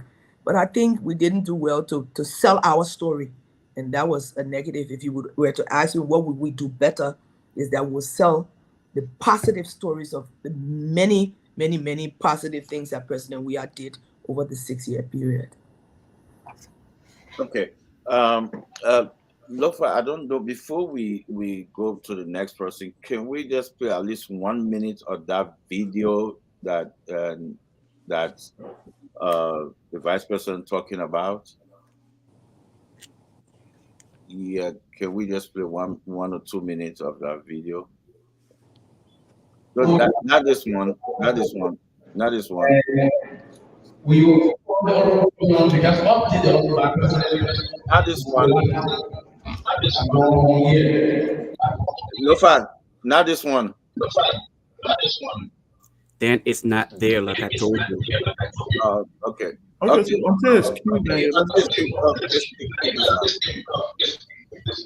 Yeah, cool. Okay. Just mute yourself from the back.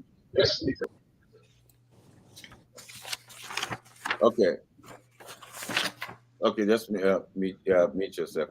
Okay, let's go ahead, Lofa, with your question.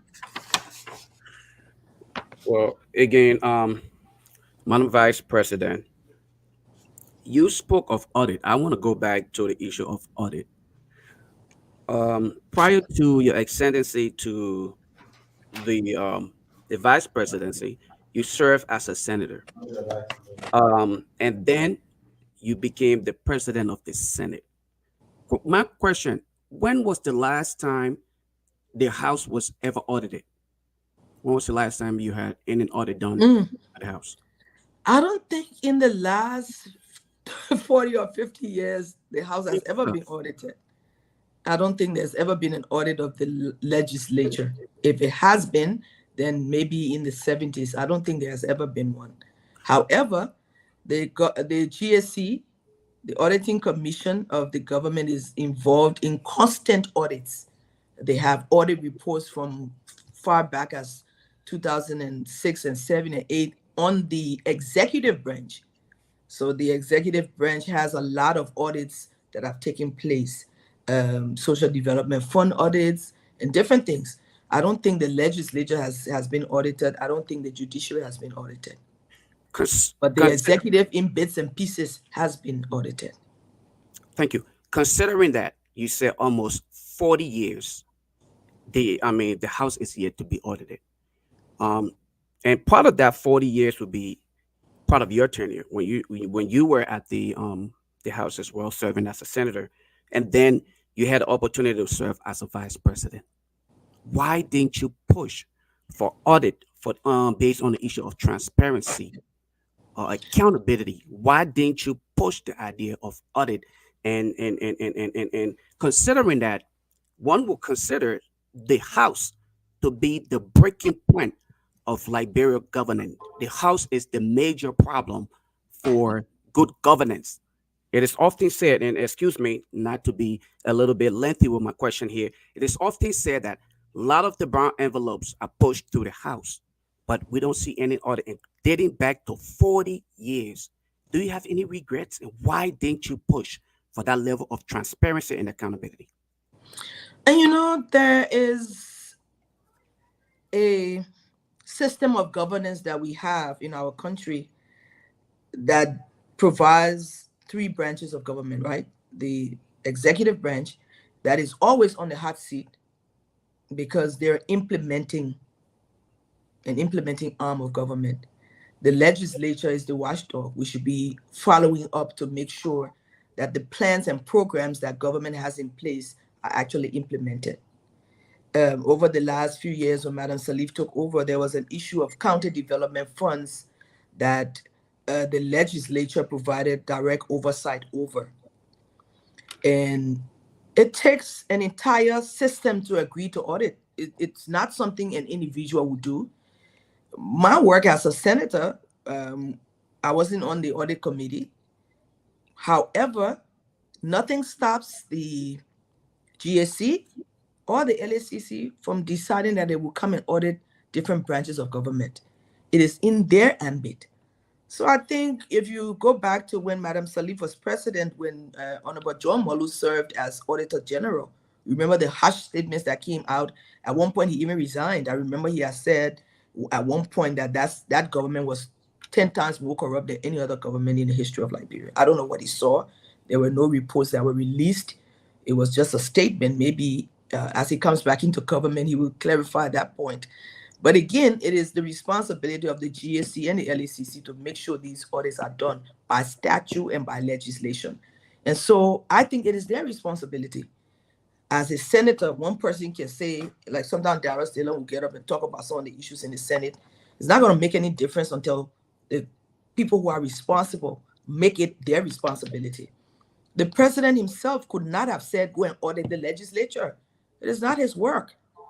The GSC and the LACC, it's their work. They must now get the political wherewithal to go and say, hey, we want to audit you. Nobody has gone to say, let's audit the legislature. I think if someone had come to say they wanted the legislature audited, you will be forced to provide the information that you have, because it is a statutory responsibility that the legislature gave to those two agencies. So I think the question goes back to those who have been head of those two entities, why they have not audited the legislature. But I don't think even in the Turbo years, or forget Todman, from the Turbo years coming all the way down, no one has ever done any audit in the judiciary or in the legislature. And it's a point of concern as we grow and we develop as a nation, as our governance system improves. Now you have a whole new team of LACC commissioners. We hope they now have a law that provides that they can go and do an audit and by their own reasoning, take that audit report directly to the court, bypassing the Ministry of Justice, because the initial law said, go to the Ministry of Justice, and after 3 months, if the Ministry of Justice does not take the case to court, then you can take it to court. But they kept complaining, oh, the Justice Ministry isn't giving them an opportunity. They now have that opportunity today, and they are tenured. So we'll see what they do. Again, it's the responsibility of agencies to do certain things, and I think everybody must play their part. Okay. And finally, I think I got one more, right, Kev? Is that right? That's the second question. No, you already Okay. I thought the first one was just, intro, but anyway, good. Yeah. Thank you, Madam Vice President. Ben. Oh, I thought it was Robert. Oh, okay. Let me. Yeah, we can. Yeah, Robert just came, so let him ask since I can go after him. Let me say, Madam VP, this is Robert. He one of the panelists. He was running late, but expert in tourism. That's one of our strongest. So go ahead, Robert. Ben is such a diplomat. Ben, thank you so much for allowing me the opportunity to throw one or two questions in there. I appreciate that. But, and Ben should be last anyway. Thank you. Yeah, that's he's part of the family. So and you should ask him. He got some answers. So maybe some time was why you were talking. But Robert, go ahead. Thank you, Madam Vice President. I think we met a few years ago through my brother Ben Sanvee for the first time. I think it was 4 years ago, and we had a brief chat, and it was great meeting you, and it's also great interacting with you. I was shocked when you said that your government have put together or have 6 detox centers for our young folks that are affected by coach and drugs. I was shocked because this is the first time I'm hearing this. And throughout the campaign, there was this fierce discussion about what the Ellen-led government did with regards to fighting drugs as opposed to what for 12 years, as opposed to what your government did for 6 years to fighting drugs. And so I think that the conversation about the information dissemination and the message have been discussed. So I'll leave that at is. But I was shocked that this is my first time hearing this. But I And wanted to. before you go on, Kev has a video that I sent him this morning. Maybe after the show, let him send it to everyone. There's actually a portion of there showing President we are in at the Mangibi Detox Center, interacting with these young people and asking them how they got on drugs and them explaining what they had gone through. Now the detox center are attached to the county health hospitals because it's easier for them to manage, with the drugs and all of that to manage them. But they're actually really nice centers. They're fed 3 times a day, according to the young people there. They have DSTV, they're watching TV because they're inside, they're not let outside. Once you come into the center, you're not let out.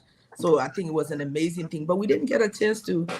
I'm happy the president visited one because then you actually see it as opposed to just having someone say, yes, we're doing it and there's no proof. So Thank you for that. But I wanted to ask you this question. The word watched President we are graciously concede even before the final results were announced, and I commended him for that. And I think the entire world thought that we've led with regards to what the essence of true democracy. But I wanted to know because I wasn't in that room. I wasn't privileged like Ben and Tomalin and the other guys who were in that room. I wanted to know were you consulted prior to that call being made, and what was it like? yes, I was consulted. The president had called me before we went into the general meeting to tell me the decision that he thought was the best decision to maintain the peace and to not allow any blood to be shed on the streets of Liberia because of an election. And I thought he made the right decision. Thank you. Another question I want to ask you, which would be my last question before we move to the next. You as senator, I think submitted, and I stand corrected. You can correct me if I'm not accurate, but I think you submitted a bill that you submitted a bill that basically said that Christianity would be a state religion and that all Christian holidays will be a national holiday and things like that. And I think a lot of Muslims were not happy about that. There were different narratives about what that bill actually meant and what were some of your intent. I remember in the 2017 elections, a lot of Muslims were not happy about that. There were people who were saying, well, Muslims should not vote for politicians that have advocated for Liberia being a Christian state. Now, I've also watched your close relationships with a lot of the Muslim community generally, and I've had conversations with some of them. But I just wanted to give you an opportunity because we watched the recent election. The biggest political party consisted of Muslims did not endorse CDC. Those CDC got a lot of vote from the Muslim community as well. What was that? What was the goal of that bill, and what did you really mean by that? And there are 2 issues. The first issue is, what did I submit? My name is Joe Howard. My father's name is Howard. My maiden name is Howard, and my married name is Taylor. I don't care where I go or what I do. If you're looking at me as an individual, you have to take consideration of the Taylor name that has become a name of you when I got married. You take consideration of the Howard name that is my father's name, but you also take consideration of my mother's name that is Giddens. So I'm a combination of these 3 families. Same for Liberia. And the misunderstanding again was that what I said was that we should put down in the 1986 Constitution the foundational information concerning how our country came to be was removed. And I thought it was a travesty of justice. And I continue to advocate for that. Luckily for us, Madam Salif, there was a huge safe somewhere in the mansion that hadn't been opened for years. Finally, she asked them to open it. And the original Constitution, the original declaration for Liberia, were in that safe. And I think it's now being put in a secured location. But I didn't rest until I got a copy of the original bill. And it says, Liberia is founded on Christian principles, but it will allow freedom of religion, freedom of expression, freedom of interactions, and blah, blah, blah, it goes on. In the 1986 Constitution, that entire thing was removed. And my conversation was, you have now taken away the essence of what Liberia is, because we were founded on Christian principles. But did we say Christianity was the religion for Liberia? No, that's not what those words say. It says, though we were founded on Christian principles, we allow freedom of religion and blah, blah, blah. Now, there will always be someone who would come and try to, change the thought of what you were saying. And people said I wanted to bring in Christianity as a state religion, which was not the truth. Those are some of the misconceptions that pervade in our societies. And if you're not careful, people are hurt or damaged because of a lie. So that first thing was not the way it was. And if you would ask me today, I would still say, if an individual is a combination of all of his parentage and his marriage, so is a nation. And Liberia was founded on Christian principles. And thankfully, it said Christian principles, but that it allowed freedom of religion. Now, when you talk about the fact of my relationship with the Muslims, long before I became a lawmaker as First Lady, I always tried to go and help people who were marginalized. So I know the Muslim community has always been a marginalized community. And so my work began there, providing scholarship, building some of their schools. With anything I did, I would make sure that that segment of our community was included. I would consult with them. And so the Muslims and I have a very, very, very good relationship. I think President Weah took this to a higher level because for the first time in our nation's history, he actually had a Christian advisor and a Muslim religious advisor. He engaged the Muslims at very, very, very, very, very different higher levels across the country. Everywhere you visit, they will tell you he's done this for them, he's done that for them, he's done the other thing. I think he's the first president that has been so engaged with the Islamic community. I would like to say that I was disappointed that with that kind of a seat at the table, that in the last moments, a bulk of them decided that they would go and give their vote to someone else. And again, the politics is over. It's just talking about the issues. I look forward to them receiving the same kind of treatment that President Weah gave them. But mind you, after 25 or 26 presidents, he was the first one that lifted that religious body to that high level that we've never seen before. So I think he brought them to a level of engagement. He brought them to a high level of interactions. At different levels, he traveled with them. He made sure they went to Mecca. There was a lot of work that he did with the Muslim community. I don't know why the leaders decided to go the other way. And maybe one day they will answer that question for themselves. But I think they did a disservice to the work that he had done with them. But again, this is politics. Will you support a Muslim holiday?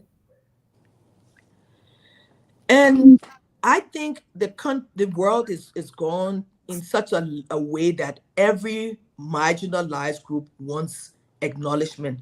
They want to be able to do what they want. Now, mind you, in the last few years, President, we are actually, I don't know if it's de facto or de jure, because one is by law and one is by fact.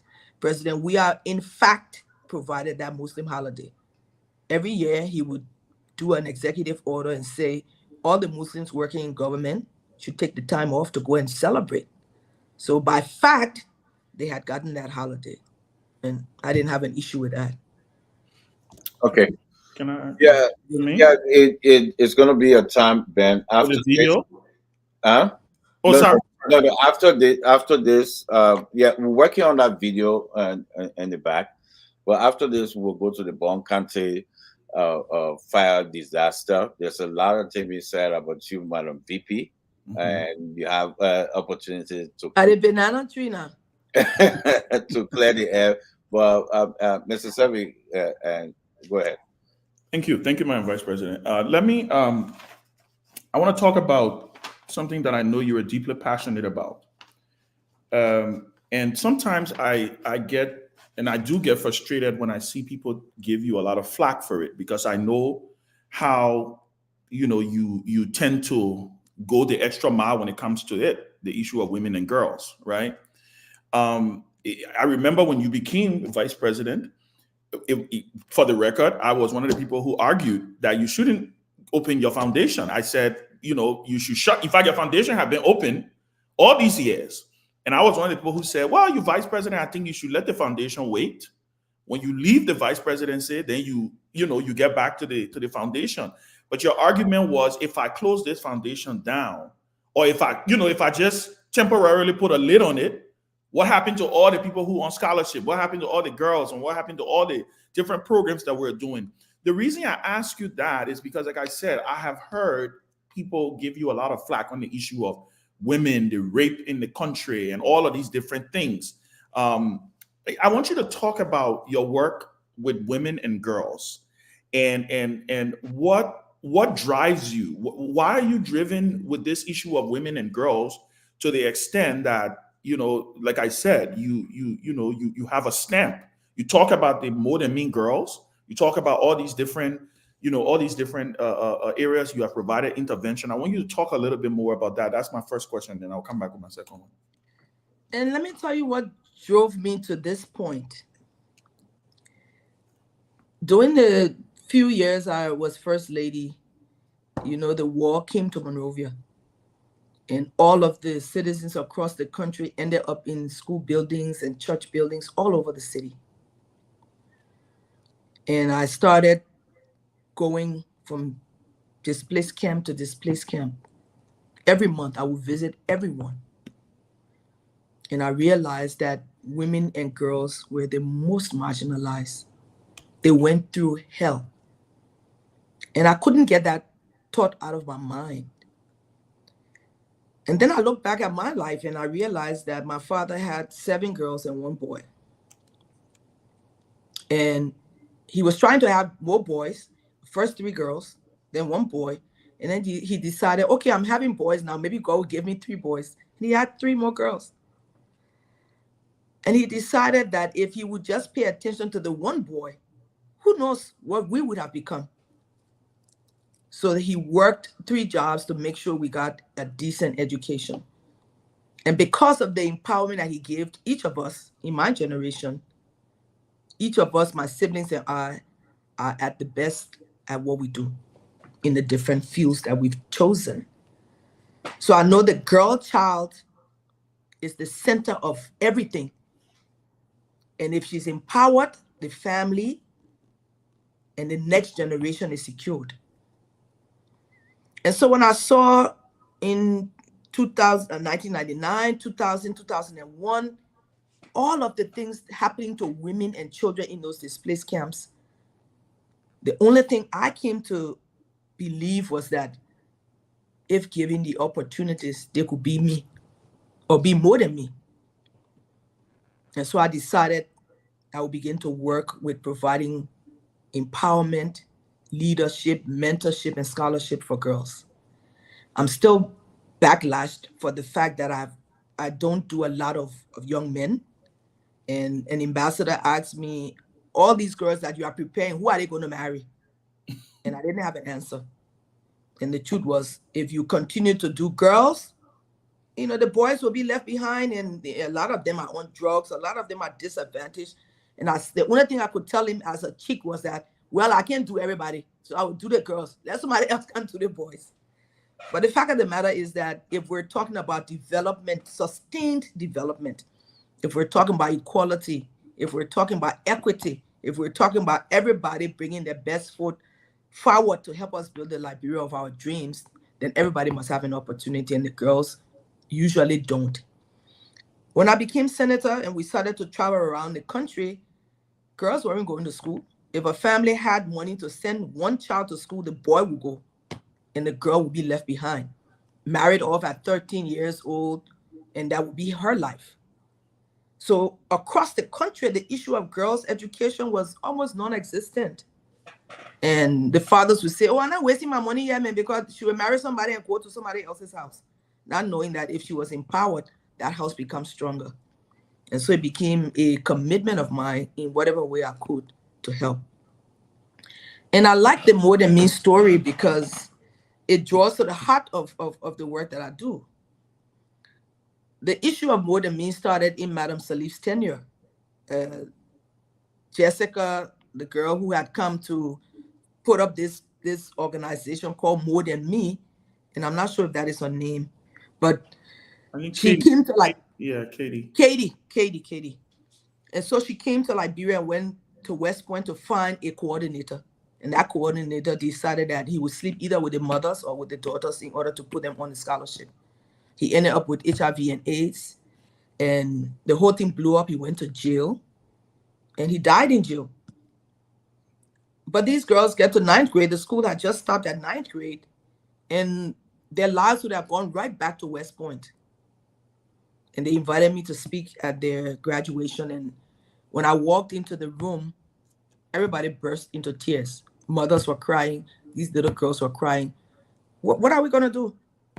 Katie is no longer allowed to come to Liberia. The NGO has been canceled. We have no life. And one little girl said to me, and it's you guys who raised our expectations. We'd have stayed where we were. You know, once you're not aware of something, then it doesn't matter. But when you become aware of it, then it's a whole different story. So she said, you guys raised our expectation, and we've now gotten out of West Point. We come to school on Ashmore Street every day, and we go back.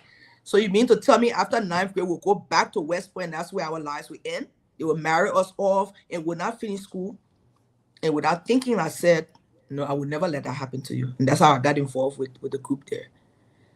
So I know in my heart that for every girl that is empowered, when you see those girls, the transformation, I took and sent them to Rick's Institute, one of our higher institutions of learning. And just the transformation in those 3 years totally transformed those girls from the girls from West Point. When they said that the girls from West Point now is pride, because, hey, I'm from West Point, but I'm not in West Point. I may have been born in West Point, but I'm now a cogent part of the society, bringing what God had given me to make an example or to make a difference in my world. And so just that transformation, and it's not just there, it's across the country. Bapolu and Grand Cru and Lofa. I mean, across the country, we have, like I said, almost 3,000 something girls across the country. And I know what I've seen. There are girls that are now finished with the university. The foundation has brought out auditors and doctors and administrators. 2025 will be our 25th year anniversary. And what we hope to do is to bring as many as has gone through that process to showcase what that work has done. And I think it will be at that stage that people will actually see the level of work that has been done over the years to give them an opportunity. I have a young girl working in my office named Masa. She comes from Bong. I didn't even know she was from Bong. I don't know the girls. I don't go and pick people. I just say those who want an opportunity step up. And whenever they step up, every year the money gets higher and higher and higher, because once you go into an environment and you find more girls, you can't tell them no. So we keep adding. But this one little girl went from 7th grade to the university. She graduated, and she had gotten a scholarship to my office to go to China with the agreement with the Chinese government to send girls to school. And she wanted to say thank you to me, and she would come to my gate every day and stand there. I would come home late, and the security people would tell her, oh, she's not here, she's not here.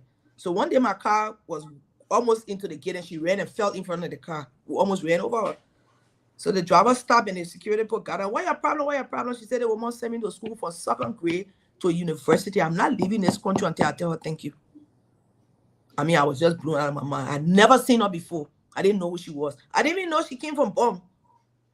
And her graduation was like 2 days away. She said I had to see her. If I had to sleep here tonight, I was going to sleep here tonight just to say thank you. So I told her, when you finish graduating, come to my office, you have a job. It's after she came to my office and said she's from my district in Bond County. Had no idea. But I know that in each of these instances, we've raised new leaders in different fields of study. And it's strengthening our country, because we must look at any country who has 50% of its population fully engaged and the other 50% not engaged. I think that country has failed. 50% when I was going to school is failing. So if you do not bring the other 50%, that includes the energies, the vision, the direction, all of the positive things that women bring to the table, if we don't bring them on board, we'll continue to fail in our development and all of the other things that we want to do. It's about equity. It's about each person coming and bringing their best to the table. And I believe that's the legacy I want to see, that I was a change maker, making strong women leaders who have been or will be able in the future to be a part of the building blocks of our country. And so that is what drives me crazy at night, trying to figure out how to continue, how to ensure that the work that we've started 20-something years ago doesn't die. And so when Benjamin said, your vice president shut this down, I said, no, I'm not. And we argued about that. Thankfully, I didn't. You can imagine if I hadn't had that to keep me busy, I would have been totally crazy.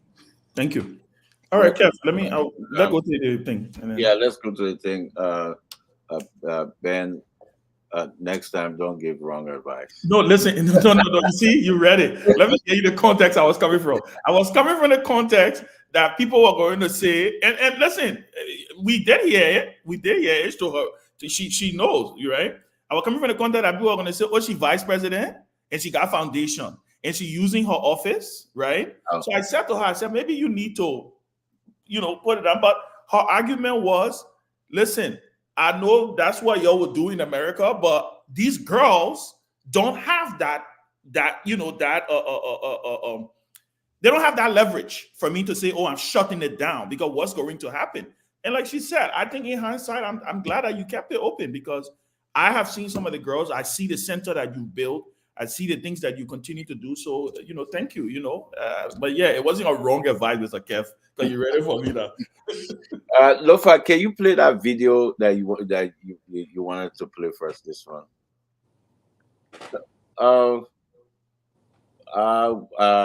We're going to that first video you want to play. We'll come back to this one. Or you know what? Maybe moving the other one. Let's listen to this. Yeah, what you want? You say you want the one. Yeah, let's listen to this. Okay. Look, I don't mind Kev, man. Kev just giving you hard time. Kev can give me hard.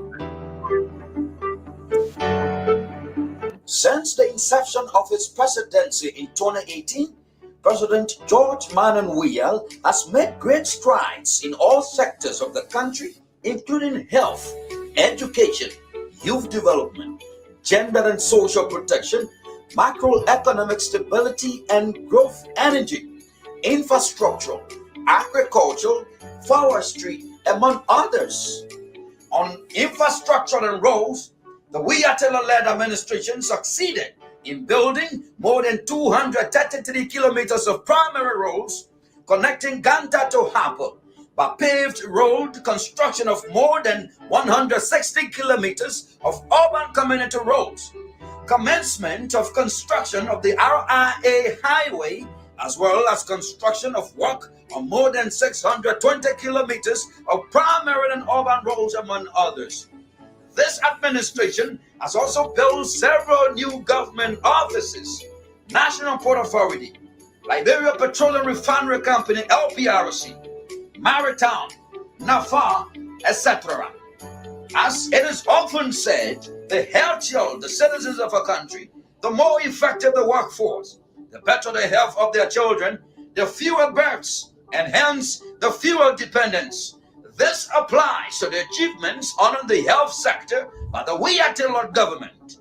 The following are some of the achievements: construction of the 14 military hospital and 8 hospitals in southeast Liberia, including Bapulu and the Redemption Hospital.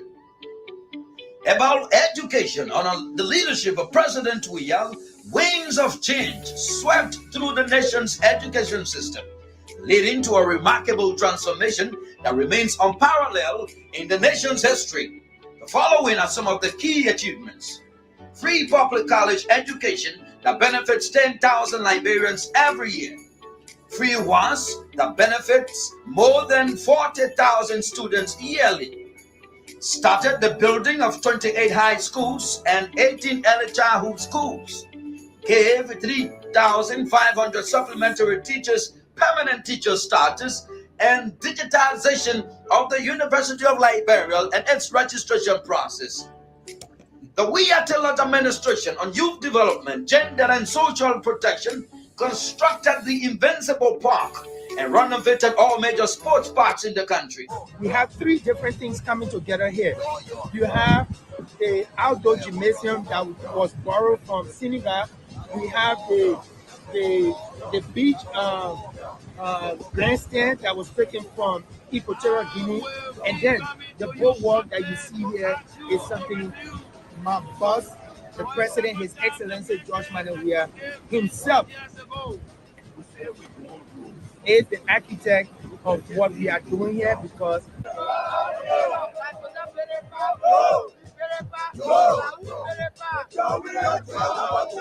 I feel very good. I feel calm. Because the whole player, people play with the people here, and now seeing a view, we happy for the press. Many of time people are tore up. All the people that are there on social media, they are here in Europe, in Dubai, in Liberia. And so they only have motorcycle like us. The president has told us that you will be the first group of people that will enter here. And as you can see for yourself, we are happy to enjoy this immediately. And here in the normal. I feel very excited, I feel very proud, and I'm overwhelmed because actually, since I really opened my eyes in the mirror, the president is the first president that brought this kind of development. Let me see.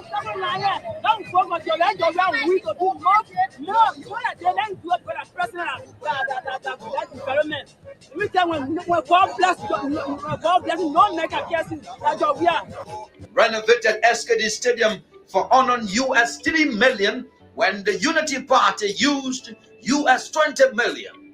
Invested in TVET in 6 counties and expanded to all 15 counties.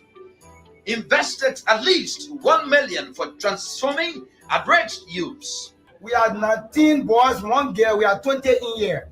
And the maintenance in here, they are really taking care of us. I can't lie to you. I've been going other areas, I've been seeing other things. But for years, I made 1 year here cheap, but see my body. They really taking good care of us. We bathe anytime we want to bathe. We eat 3 times a day. We eat good food here. As you are here today, the children, they are you ready? They say they want for you to please help out with 3 things in your life, and you will see changes. They say they need business, they need shelter, and they need good health care. It's time to change your life. It's going to be committed in doing what needs to be done for your life to be better. You just talk about business. Choose yoga wisdom to the TV. We'll do our best to see how you can get small businesses, which is important. But again, do not go back to drugs. Say no to drugs.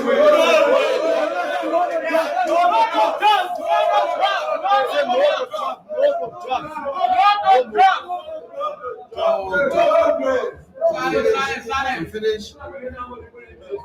When you promise no more drugs, you're not promising me. Neither the doctor, people are taking care of you. Promise yourself. Invested in sexual gender-based violence roadmap and establishing a task force and call center. Improve reporting on rape cases, which is mistaken for an increase in rape cases, and build trust with traditional leaders on female genital mutilation. For agriculture and forestry, the CDC administration provided agricultural grants to up to 60,000 farmers, completed more than 200 kilometers of feeder roads to strengthen agriculture, and placed Liberia's forest reserves at the center of the climate change agenda.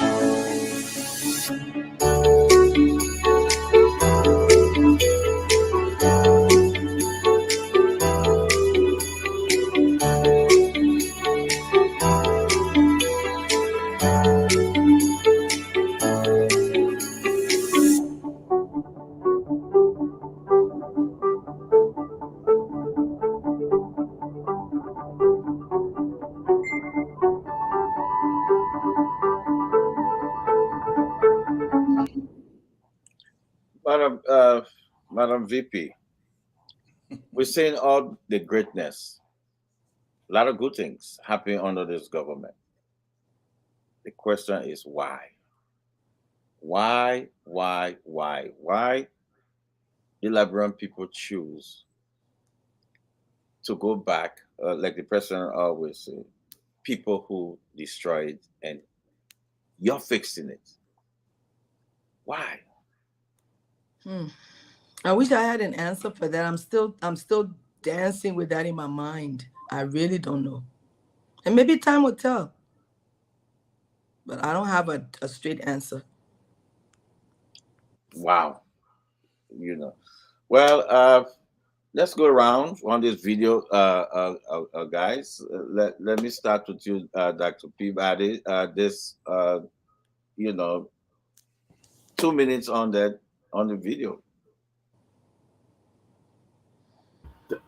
Madam Vice President, there was a great video, but it appears that there was no message out there. My question is, do you believe that people within your party were dishonest to each other in terms of getting the message out there, in terms of distributing the resources allocated for the election? Do you think folks were, because here's a video that if communicated well would have really grabbed the mind of the Liberian people, because you see all that work. You see the military hospital, you see Bapu Hospital, you see roads and other areas, but it seemed like nobody knew what was going on.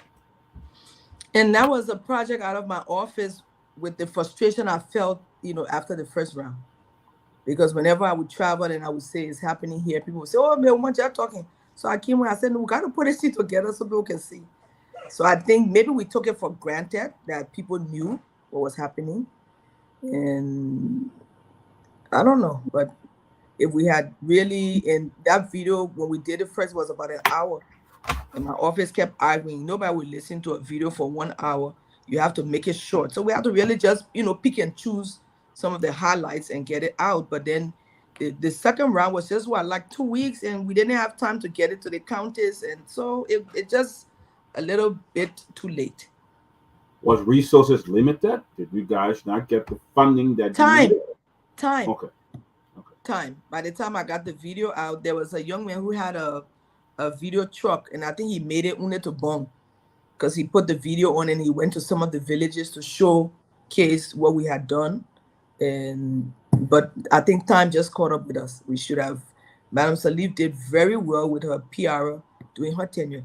Anytime there was something done, she would do those big billboards and send it all around the country. She didn't take anything for granted. She got on the radio many times to explain to the people what was happening, good or bad. If there was something she had to take responsibility for, she said, "Well, I did this, I'm responsible, let's move forward." But we didn't take that whole idea of information dissemination to the level that Madam Salif did. And I think, like I said, that was our greatest disadvantage, because we didn't tell that story that we should have. It's a beautiful story. And I still think that we did a lot with it, with the period, and the fact that we had COVID and all of that, in the 6-year period, still being able to do some really serious work, fundamental work, but we didn't sell that story. Okay. At least I will take the 2 minute, 30-second, guys, quick. I want to talk about the fire stuff quick in Bon Country, but quick, and the VP got to go. Time. So let us do 30-second quick. Tomalin, just quick 30-second on that video. Well, the VP, she already that video speaks. I mean, it speaks of what she said earlier. The failure to disseminate information, to sell the market, what the government did and everything, to tell a story to Liberian people about what they did for in office. Yes, that is alone. It tells all. So, but my 30 seconds, I'll use it this way. Madam VP, I know it will soon take leave of you, but as you lead the stage as vice president, people are saying that Madam Salif, she's going into retirement now. So now we look on the national stage for who's that female progressive firebrand we have, who's going to occupy that space right now. Will you be you're still active in politics? Will you be You going to opposition a few weeks from now. Will you be a silent opposition? Will you just be someone who just wait on the election time, or what? Will you be that opposition that will be that firebrand opposition? Like, you have your own style, and you well rounded.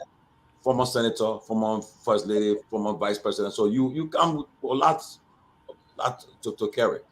How will you? What will you be in the next 6 years? That's only for advocacy, or will you see things happening in the government and you say, well, will you be silent or what? Well, tell us before you leave of us. Thank you. I want to say that I think the new government deserves a honeymoon period. We didn't get a chance to do that, but I think it's only fair that they get the honeymoon period. I will still be actively involved in a lot of issues, but constructively.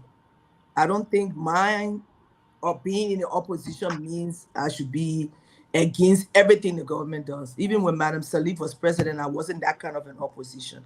I would talk about some of the things and find a way to fix it if I could, and give, suggestions on the way forward, not just criticizing to criticize. I think the CDC government was criticized. There was a machinery put in place at the very beginning to criticize everything, even if it was good for the people. The whole issue of the free wax and the free tuition, what kind of impact that has made on the lives of young people? Now the numbers going to the university and other training centers have quadrupled over the country. So education is now becoming basic for everyone. But even that, people will say, oh, where are they getting the money from? I mean, the fact is that when you're a government, you make a plan and you fund it. And that's what President Weah did during his term. Somebody might come and say, we tried to get that bill passed a whole year before the campaign. No one would, every day you put it on the Senate floor, there will be another issue. Opposition will be raising issues. And I think this was good for Liberia. And when Madam Salif was in power, if something was good for Liberia, I supported it, because I knew it would set a foundation to build a better Liberia. So I'm going to give the incoming government that leverage, because I think they need it. It's going to take a few months to put government in place and have all of those people confirmed. It's going to take a while to, I don't know if they've even come up with their program. What is it they're going to do for the next 6 years? I haven't seen it. I hope after inauguration that will come up as to their plan of action for the next 6 years. So we need to give them that space. I wouldn't be an opposition just because I want to be an opposition. And I'll be active, but I'll also continue to contribute in a positive way. This is my country. I have nowhere else to go. My children live here. I want to live here in peace. So I think all of us need to continue to contribute in a positive way. If something is wrong, we talk about it and maybe give suggestions on the way forward. So we're just not criticizing because we need to criticize. And that kind of opposition, I don't know how to be. But I'm not going to harass anybody. I don't think people in government need harassment. They need ideas. They need support. And I think if we do that, our country gets better and not bitter. Okay. Can I go? Okay. Yeah, you can. 30 seconds, man. 30 seconds. Kev, you really managing the time today. I mean, it's amazing. It's moderated today. But let me say, I'm listening to you, and there's some people who will say, "Damn, you guys are really nice." This is really nice. The fact that you're ready to give your opposition their honeymoon period. Why they didn't do it for you? But like you said, it's about Liberia, right? So my last question, because like Kev said, you have to take leave. When you talk about the issue of governance, when you talk about all of the things that are, the things that were in that video, all the things that you guys talked about, would you say, like you said before, would you re-emphasize that you guys allowed the opposition to define the narrative, and you guys were just playing catch up? And I think that's what happened. Somehow we maybe took a lot of it for granted, and it sometimes used to be deja vu for me when something would happen and I would think this has happened before. Same thing President Taylor did. Things would come up. You were the youth advisor, and people would gather around President Taylor and say, forget that thing, man. After all, we are a sovereign country. It mean nothing. Not knowing people are building a story. And this is what we let go, and we let people build stories upon stories. By the time you got an opportunity to answer it, people's minds were already set. So we let the opposition define us. We're always reactive instead of being positive. Well, sorry, Kev. So you said that. Now, what about the bread and butter issues? What about the fact that people say, listen, people are suffering in the country. All of what you've seen in that video. What do you? Because one of the things that I feel that the CDC didn't do well, and we've had a discussion many times. I pushed you a lot of times on this, and even when we supported you in the second round, it was something I said on the radio. I feel that the government, or I feel that the propaganda arm of the government was not acknowledging the pain in the country. That there was this assumption that we're doing all of these things, we're building all these parks, we've paid wire fees, but at the end of the day, the bread and butter issues, Madam Vice President, is real, right? The people, there's a notion that people are not going to eat the park, right? What about Ben, that? You have to look at the reality, and I think the like you said earlier, the opposition defined the process, and we didn't do anything about it. Let's look at agriculture. The agricultural sector is the easiest sector for any government. If you want rapid development and put money in the pockets of people, agriculture. The agriculture minister went out and she found a lot of support. Today, there are farmers across the country that are planting and doing all kinds of amazing things. There are some programs that were funded by the World Bank or other people who put money in the pockets of farmers. There's a chain of farmers across the country that provide support to the school feeding program. That was another way of keeping kids in school, because, children will stay hungry all day, and then maybe in the evening when the parents come from the farm, then everybody eat. So to get that one meal, children had to go to school. So parents were forced to send children to school. So it helped us get children into school, but also to be able to buy the produce from the farmers. Once your farm products, whether it's cassava or whatever is made, your money gets right on your mobile money, on your telephone. I went to a farm to visit. They were doing cassava. And there was an old lady sitting there, maybe 80 years old, very old, sitting under the umbrella watching the people work. So I asked her, I said, so what are you doing here? She said, oh, working. I said, but your age, why are you here? She said, oh, my son working for me. So I said, when you get paid, how do you get paid? She said, oh, they send my mobile money on my phone. So since I'm the person that's on the list of the farmers here, I get the money, and when I get paid, then I pay him, because I can't do all of the work because I'm old. So he's not working. He's finished with high school. He can't find a job. So he has joined us across the country, Ben. You saw the farming tools, the seeds, all kinds of things are happening. The agricultural sector is growing and developing. But people kept looking at this, the war years, when people would bring free food, free milk, free this, free that, free the other thing. All the young generation from 1989 to when Madam Salif left was under the regime of providing humanitarian support to our country. A lot of humanitarian support came to Liberia. By the time we took over, all of that stopped.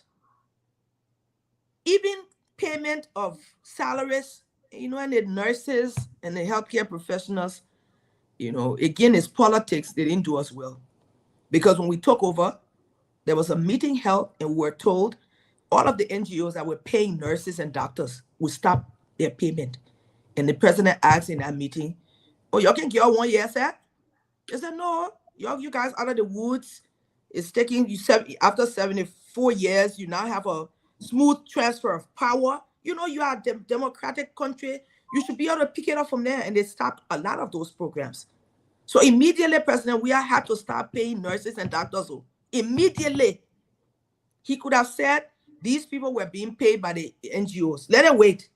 But they were already in the healthcare system.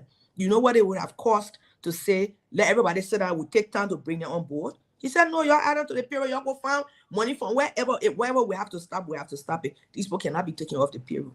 These were some of the critical decisions that the president took. But who knew it? In the end, they gathered together across the country and said, oh, because we harmonized them. The healthcare profession was not harmonized. In fact, President, we are increased salaries for healthcare workers. Nobody was making less than $200. Before, when we took over, people were making $50. There was a minimum wage now that the healthcare workers got.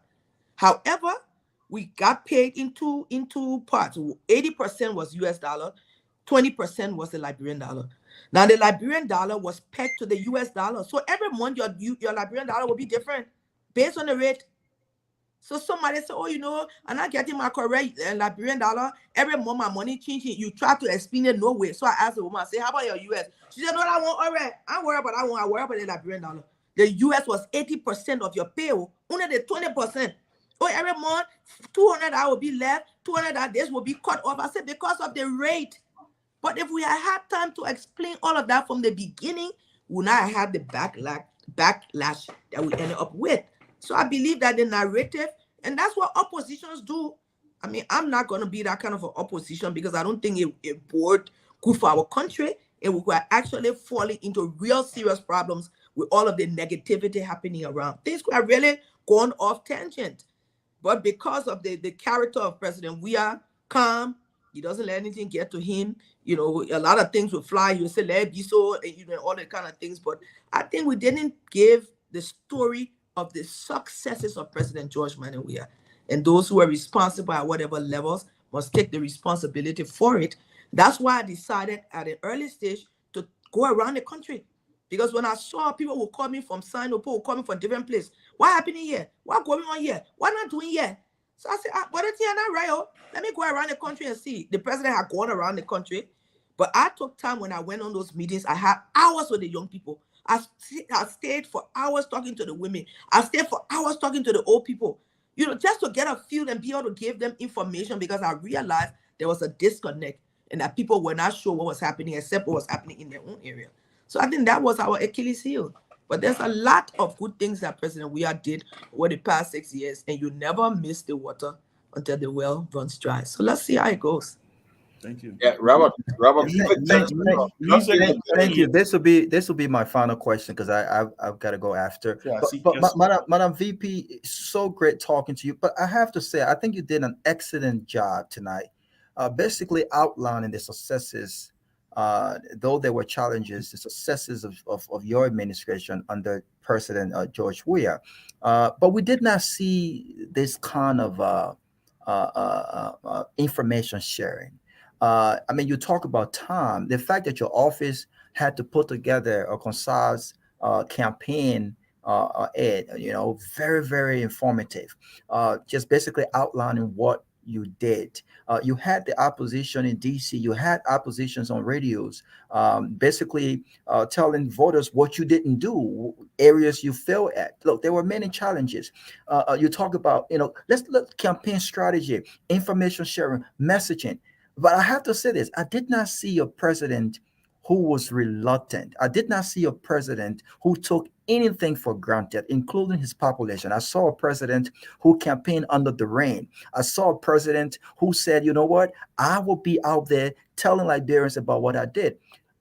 Do you think that those you trusted to disseminate information, those who were paid thousands of dollars in the information department, it's time to take responsibility, Madam Vice President.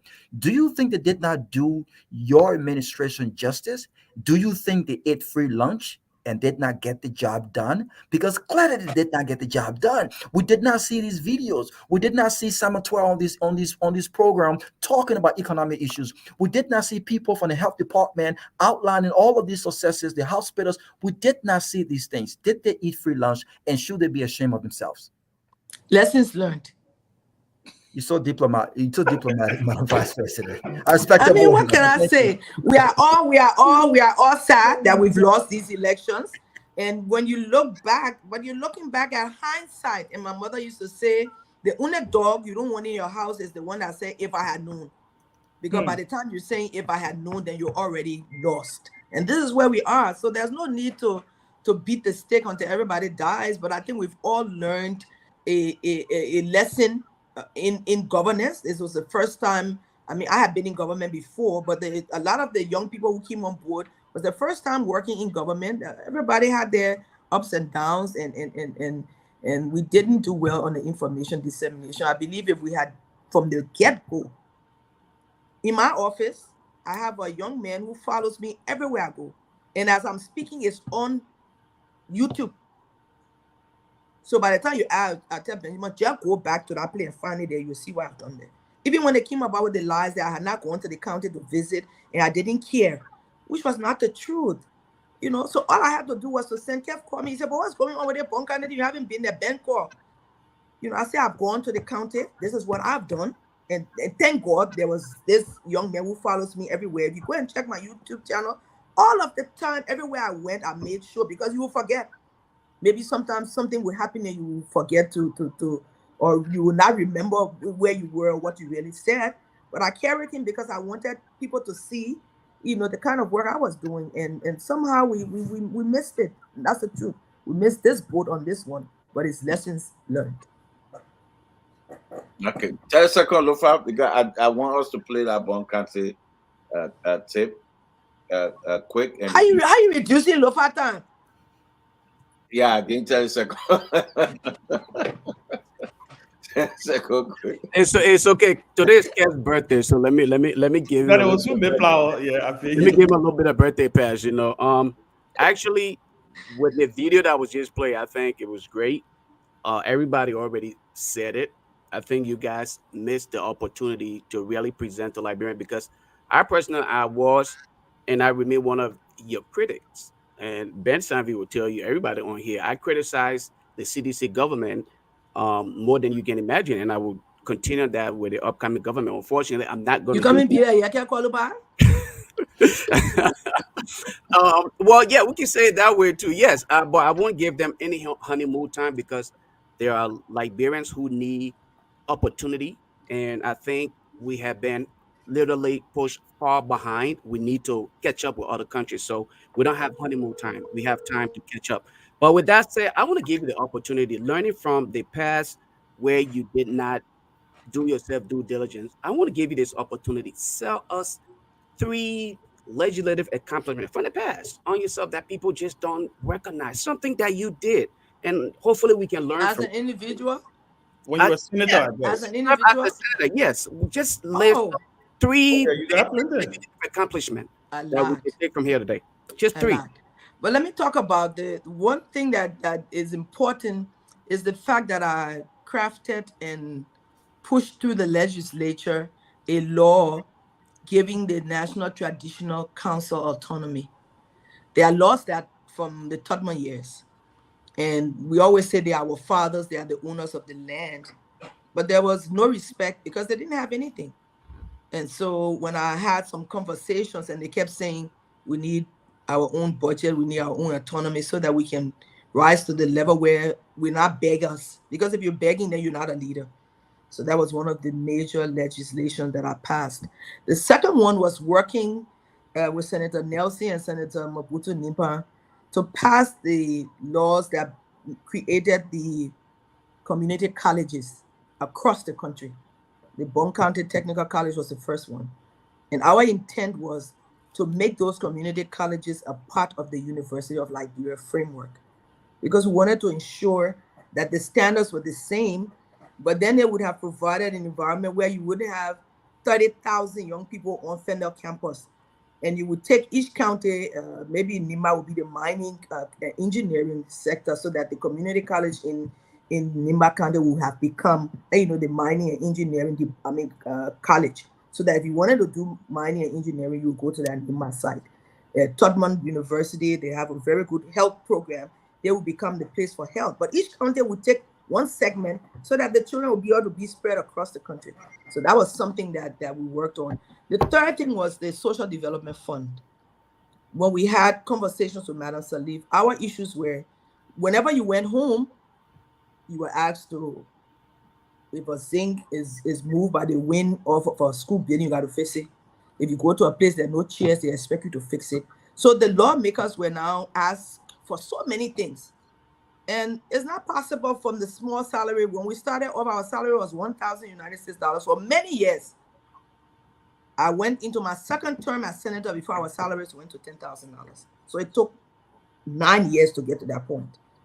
And we felt that instead of, the executive branch, because they actually implement, always get the kudos. Oh, thank you to the president for this. Thank you to the president for that.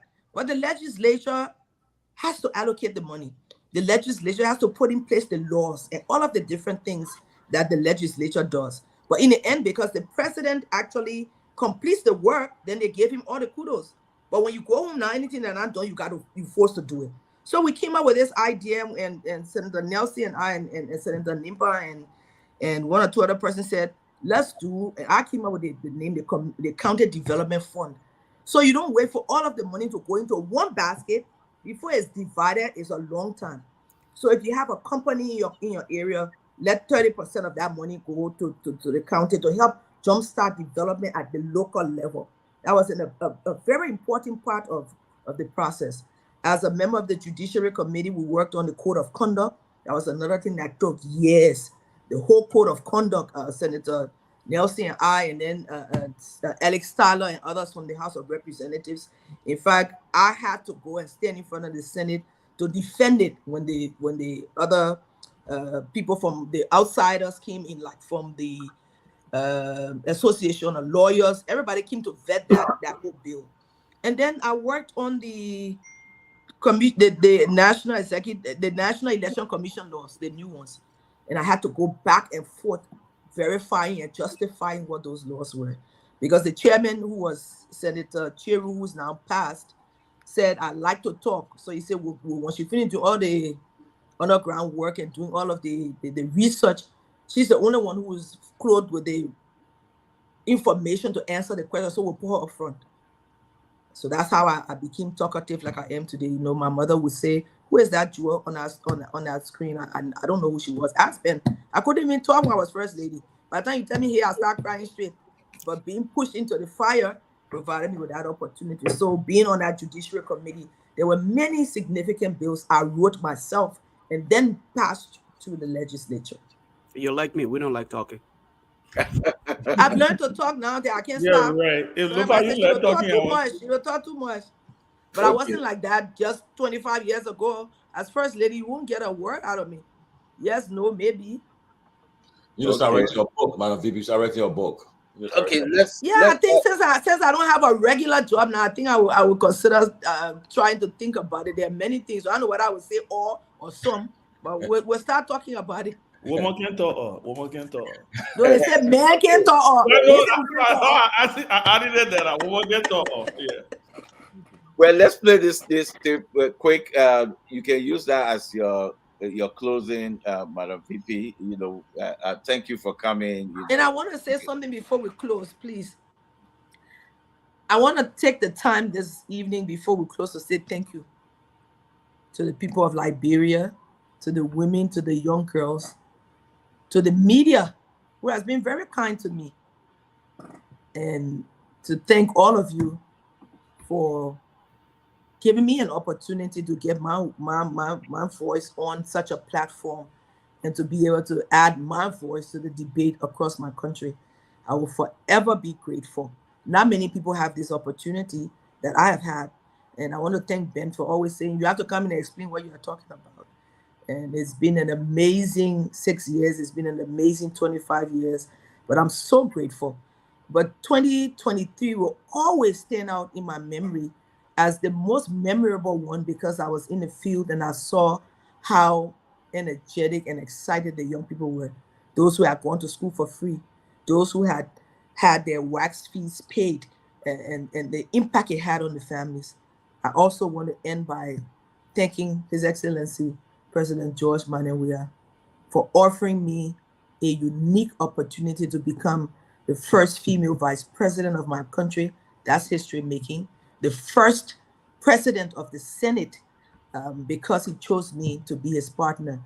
It's been a challenging 6 years, but I'm always grateful that had he not seen something in me and said, join me on this journey, I wouldn't be here today.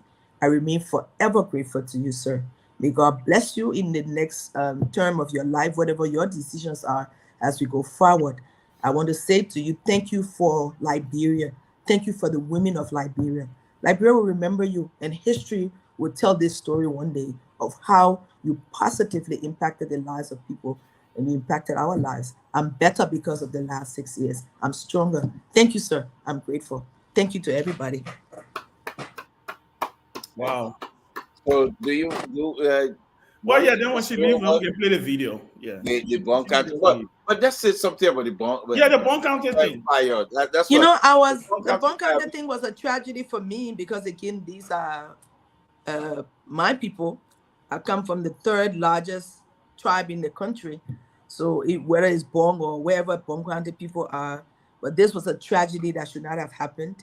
A tanker of gas, turned over, and people should have not been in that tanker. And unfortunately, young people, even young children, happened to be around. The fire left the tanker and went across the street. Houses across the street got burned. Then it went down the street. Other houses along the other side got burned. So it was really a tragedy. And I'm sorry to the families. I got a chance to meet with them severally. And then at the general meeting where we were discussing funds for everybody to make their contribution. I haven't made mine yet. I pledged it. I will try to get that done. I want to thank His Excellency, incoming President Joseph Neiman Boyka, for going to visit, for sitting with the families, and for making the huge donation that he made to help the families who are now grieving as a result of their loss. Again, it's Liberia. It could have happened anywhere, but I'm so sorry for what has happened. We hope that too is a lesson learned for all of our people, that an incident like this should not occur again on our soil. So one last question. What are you going to do the moment you, January 22nd, your turnover power? Are you going to drive? When the last time you drove, Seth? I mean, I don't even remember the last time you've driven a car. The last time I drove you guys as first lady in New York when I was the driver. I was in New York, yeah. So that was the last time you drove in a car. Oh my God. Yeah, I think so. Okay. But as first lady, I would drive every now and then. But it was I remember that. But since I became senator, I've not driven a vehicle. And so I was talking to someone that was saying, so what is the protocol for January 22nd? Yeah, I was going to ask you, what's going to happen I still didn't know. What are you going to do after? The officer said we get dressed and we go to the program. And then after the inauguration, everybody follows the new people. And then we have to get in our cars and come home. So I'm like, okay, so who's coming with me? So I'm asking my posse, who's coming? They say, I'm not coming. I won't call Nizo. I'm not coming. Me, I will be crying. Well, we're not following you there. I said, so I got to call Benjamin to come go with me to the January 22nd. How do I go by myself? Then I said, but I know who I will call. Then they say, who? I said, Reverend Joseph Carrier Johnson. He will be my partner that day, because a lot of guests will be there. Maybe I will only get 1 or 2 seats. So I said, so let me go to the place by myself and come out by myself. I said, but wherever you're drinking a beer, now the place I coming straight right after that thing, I can't join us so we can drink beer for the first time in all these years. So I mean, it's gonna be a tough day. I don't think it's gonna be an easy day. Looking at the fact that we didn't plan it, it wasn't a 12-year reign, and you're ending your tenure, on a high note. We've been short-circuited. So I don't know what President we will be doing, but when we come from that place, I'm going straight to the place where Lisa, they will be drinking the beer. I go sit down there on the street. So don't come call me and tell me, that will be a first thing. You cannot do that. I am now a regular person. After 25 years, I will be happy to go sit down the street, put on my short trousers and drink some beer. Madam Vice President. Vice President, thank you so much for coming on the closing argument. The whole country listen to you, Nimba, Bong, everywhere they listen to you. We're getting the feedback that everywhere. But I won't say something to the Bong and the people make care. I forgot that part. Let me make small flower, man. Go ahead. When I saw the bus coming from the southeast, I felt too jealous. I said the Southeasterners proved that George Weah was their son, man. From county to county to county. And I spent hours and days and weeks and months in Bong County. We won, but I mean, I think that we have done a little bit better. Well, I always say, you never miss the water till the well won't dry. Somebody called me the other day, oh, my vice president, so you come to do the one? I said, no, you got a male vice president. You don't call me inside your thing. I will decide what sphere I will work in according to what I'm able to do. So Bong County didn't do well, man. Really, I'm not too happy with it. It took me a while that accident kept me there. Well, I didn't be home. It is the accident that forced me to go to the county, because I was like, I will go to the people. I will tell the people. I just first with them, man. But those who voted for us, I'm grateful because we still won Bon County. Thank you. So I don't want to leave on a sour note. Thank you. Thank you, man. Madam Chief Jewel Howard Taylor. Councillor. Maybe I'll go to the court and won't work. No. Please don't go back. Please don't go back to school. Please don't go back to school. I told you the other day. I told you that lady. No, I'm going to work in a court now. I'm a lawyer. I got to use my mom. I got to do something. The law degree. That's true. Well, I can see you somewhere in the sub-region doing We're good going to see you all around. But quick, where's your thought on the Gloria Musu Scar case? Where's your Keff? It's another tragedy. No, it's a tragedy. It's a tragedy. Yeah. I'm not sure what actually happened in that home, but I remember the Gloria Scott who became Chief Justice during President Taylor's tenure and how effective she was. As a young lady being married to a president, there were many days she would come and visit me at my house, or no one wanted to visit me, and talk about life, talk about being a wife, talk about the difficulties of being a Liberian wife, and she would encourage me. So she and I had a really, really, really tight bond. I'm really sorry the way things have turned out. And I will continue to pray for her and her family. Thank you. Thank you. Thank you, Madam Vice President, and have a great week. I see you doing a great Thank job. you, Madam Vice President. It was great. You and ECOWAS and all of that. So you will make recommendation for me now so they put in give me some kind of job. Yeah, we'll write that. Your eminent state president now, so I don't think there's going to be a shortage of invitations coming your way. African leaders know you. What people gotta pay for me to go now? Because right now you can do that now. Going to places. You can do that now. You can do that now. Oh, people can pay me now to go. You can get paid. I say you gotta come home. That the time to come home, Ben. Yeah, I know we're not going to end the conversation until tell you gotta come home. That time to come home now. I need managing. I have to come home and manage that woman. The woman won't be managed. That time to manage me now. So come let's do the managing thing. And then you got a good pastor too. Yeah, Reverend Johnson is a strong moral conscience of society. So you got a great pastor. Congratulations. One thing about him, say I can do bad. Because one thing about him, I said the thing was do to me. I was just keep myself. So let me just go straight. Yeah. Nobody is been a privilege, really. I'm grateful. Thank you, Madam President, Vice President. And D Credit's watching. D Credit's watching too. You know D Credit who did. My dear, he got to come out so we can do the now. You can do the next one, right? I know. Thank you. Thank you, gentlemen. All right. Thank you, Madam Vice President. Awesome. Wow, that was a great one, Kev. Guys, great interview. Great interview. Great show. What's your thought, Kev? I will misspeak. Look, all I can say, look. From what everything, CDC defeated themselves. They should take the blame. They beat themselves. They had an opportunity to win. They defeated. They were self-defeated. They defeated themselves. Look, all the good things that happened, they didn't showcase. They have opportunity to come and do it. People should have come and played their part. They didn't do it, and as a result, they becoming a one-term party, which is something that they will forever remember what they did to themselves. Yeah, they did some great things, and that people didn't know. And this was spoken on a lot to come up and tell the Liberian people the story. But what we heard tonight, and I like she was very honest, she was very thoughtful, and she came through. Yeah. And people who don't like Jewel Taylor, perhaps that's why you have tonight saying, look. I'm reading the comments, apart from the usual, but I'm reading the comments. 3,000 plus people watching. I think she has a place in our country history, and still more to offer the country in Africa. I'm sure of that.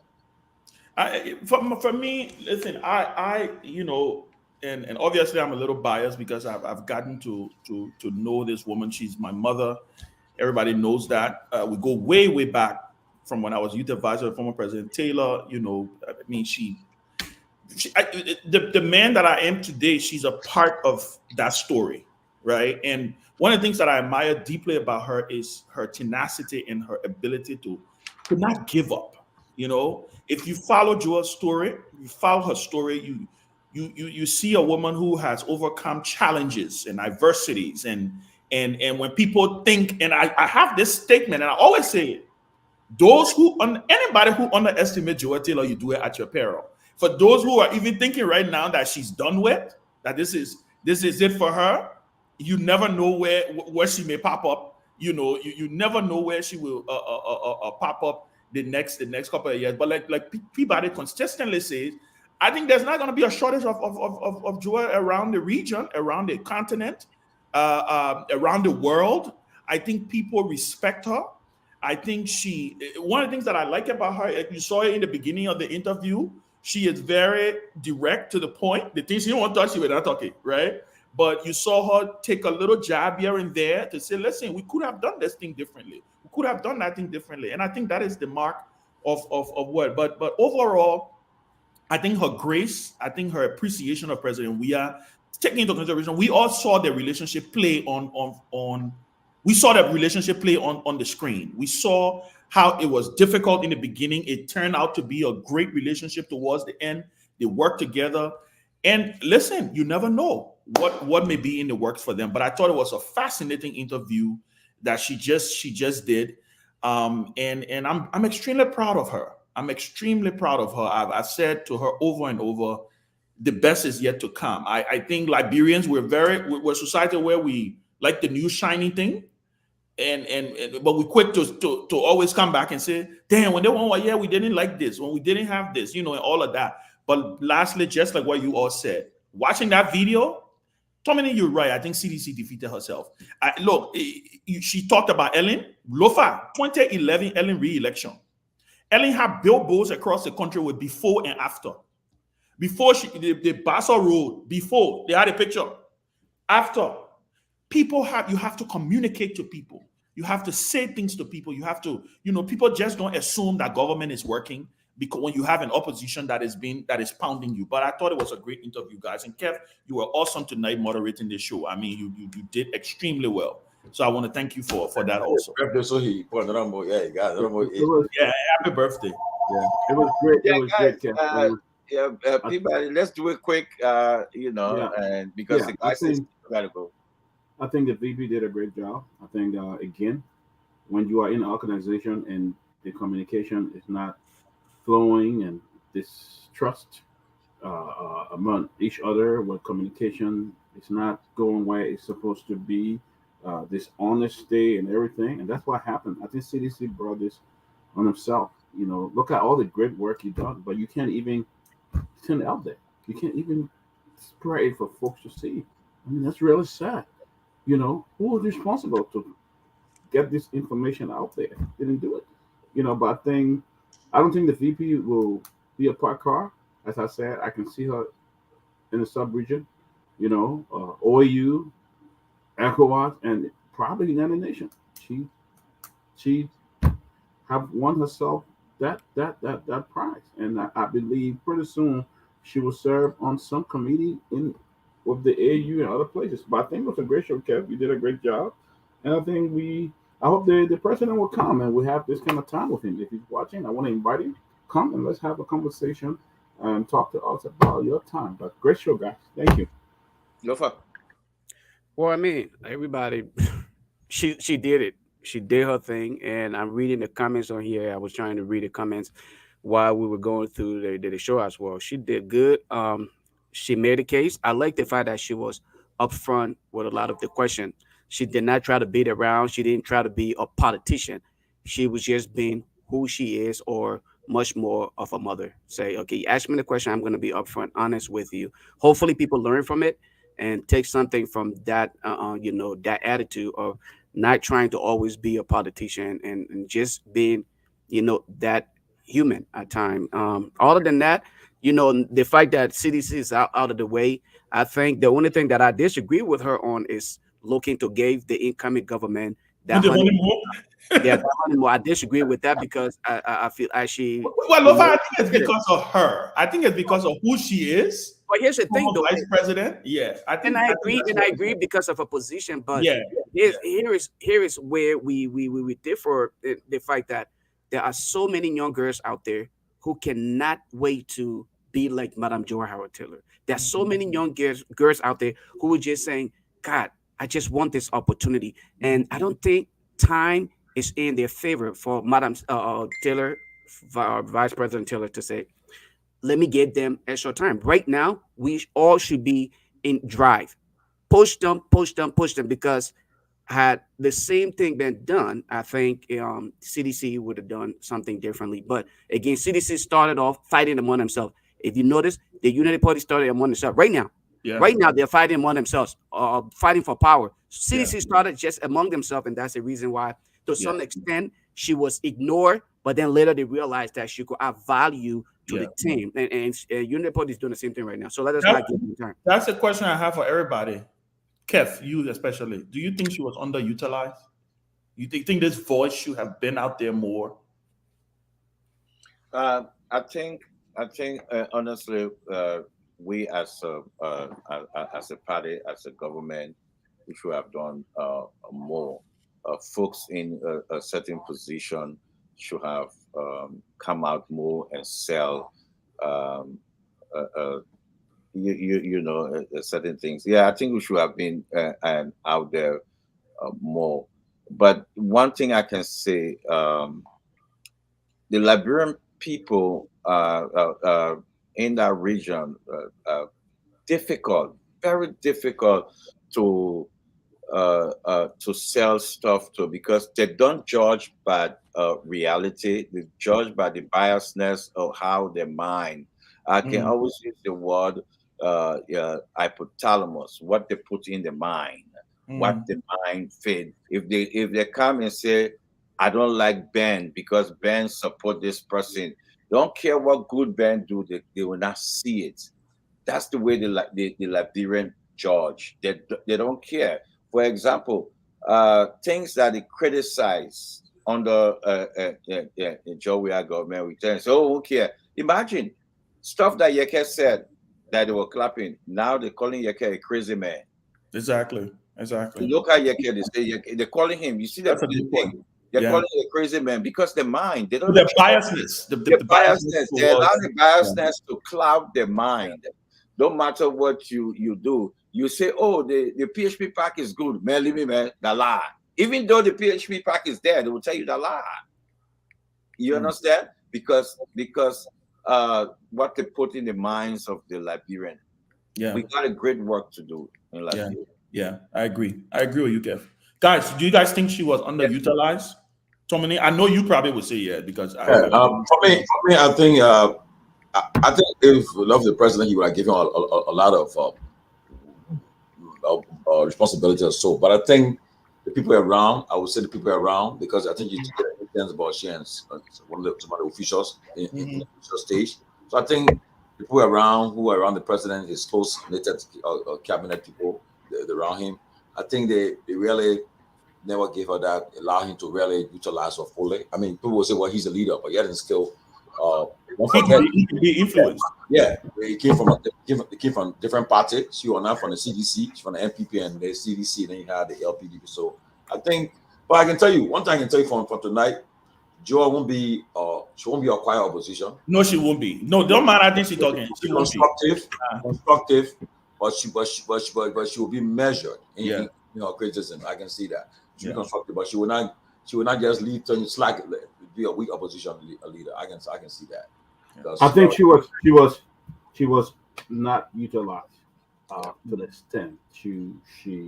I know people don't like me to say this, but from the onset, she was marginalized. She was not given the opportunity to really excel, to move forward as a vice president, and I think she should have been given the opportunity to represent Liberia more in a lot of things, because this lady has what it takes to speak the language, to speak the language out there. I'm not saying other than not have it, but I think she has it, and I don't think she was given them much opportunity to really excel out there and be who she is. So I think we're going to see a new Joelle Howard Taylor now, because she was being very conscious. People think that there was a mix of lies and gossip, and other people think she's coming too close. It would create some kind of division that they didn't want and stuff like that. They were not comfortable because of the lies and talk loss and all those things. So I think we're going to see a new Joelle Howard Taylor. But I think given the opportunity, we wouldn't have, the CDC would not be in what they're in now if she was given that opportunity. Okay, guys. I think that's it. Time. we gotta go. Thank you, studio. Real quick, tomorrow we have the big program for electricity. Tomorrow we have a program on electricity, on energy programs tomorrow. Then I think on Friday the former fire chief from Minnesota will be here for about an hour with us or so. But tomorrow, a keynote will be telling us about the electricity, our energy sector, and why we are having problem with our electricity today since the war. So come tomorrow. Let's listen to electricity all but tomorrow. Electricity tomorrow. Thank you, guys. Okay, guys. Lofa, thank you. It was great show, guys. Lofa, guys. And happy birthday to you, Keff. Keff, listen, man. Happy birthday, happy birthday. That birthday song for Keff, man. Gotta play Keff. Happy birthday to you. Let me say thank you to Tiola Gibson out there. She called me this morning. Who call you? Wait. Let me say this. Okay, the president called me of course to wish me a happy birthday. Some of my folks in the government called me. I want to say happy birthday to Kev. Kev, happy birthday, man. Happy birthday. A weekend's on me, okay? Happy birthday, man. I'm out. There you go. You know, Robert, you my man. Who call you? Well, listen now. And somebody asking me who all called me. I named people call me, but he want me to name special people. Tommy has some special people that called me today. Oh, these are so many special people. So Tommy, wow. No. Happy birthday, my brother. I'll call you, right? I'll call you again, Kev. And happy pre-birthday to the vice president. Her birthday is on the 7th. Wow. Thank you, guys. Thanks, Henry.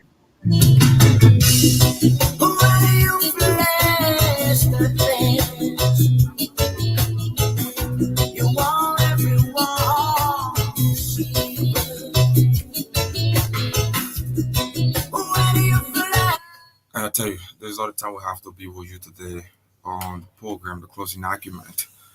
It's been very fascinating. Let me say many thanks to the guy at Hot FM 107.9 for relaying this program, and the guy there at 2 FM in Nimbak, Cyclopedia 106.9, and other community radio stations for relaying this program. For on behalf of the team, I've been here. My name is Henry Jara. Bye-bye from my end. Love to those who give me war.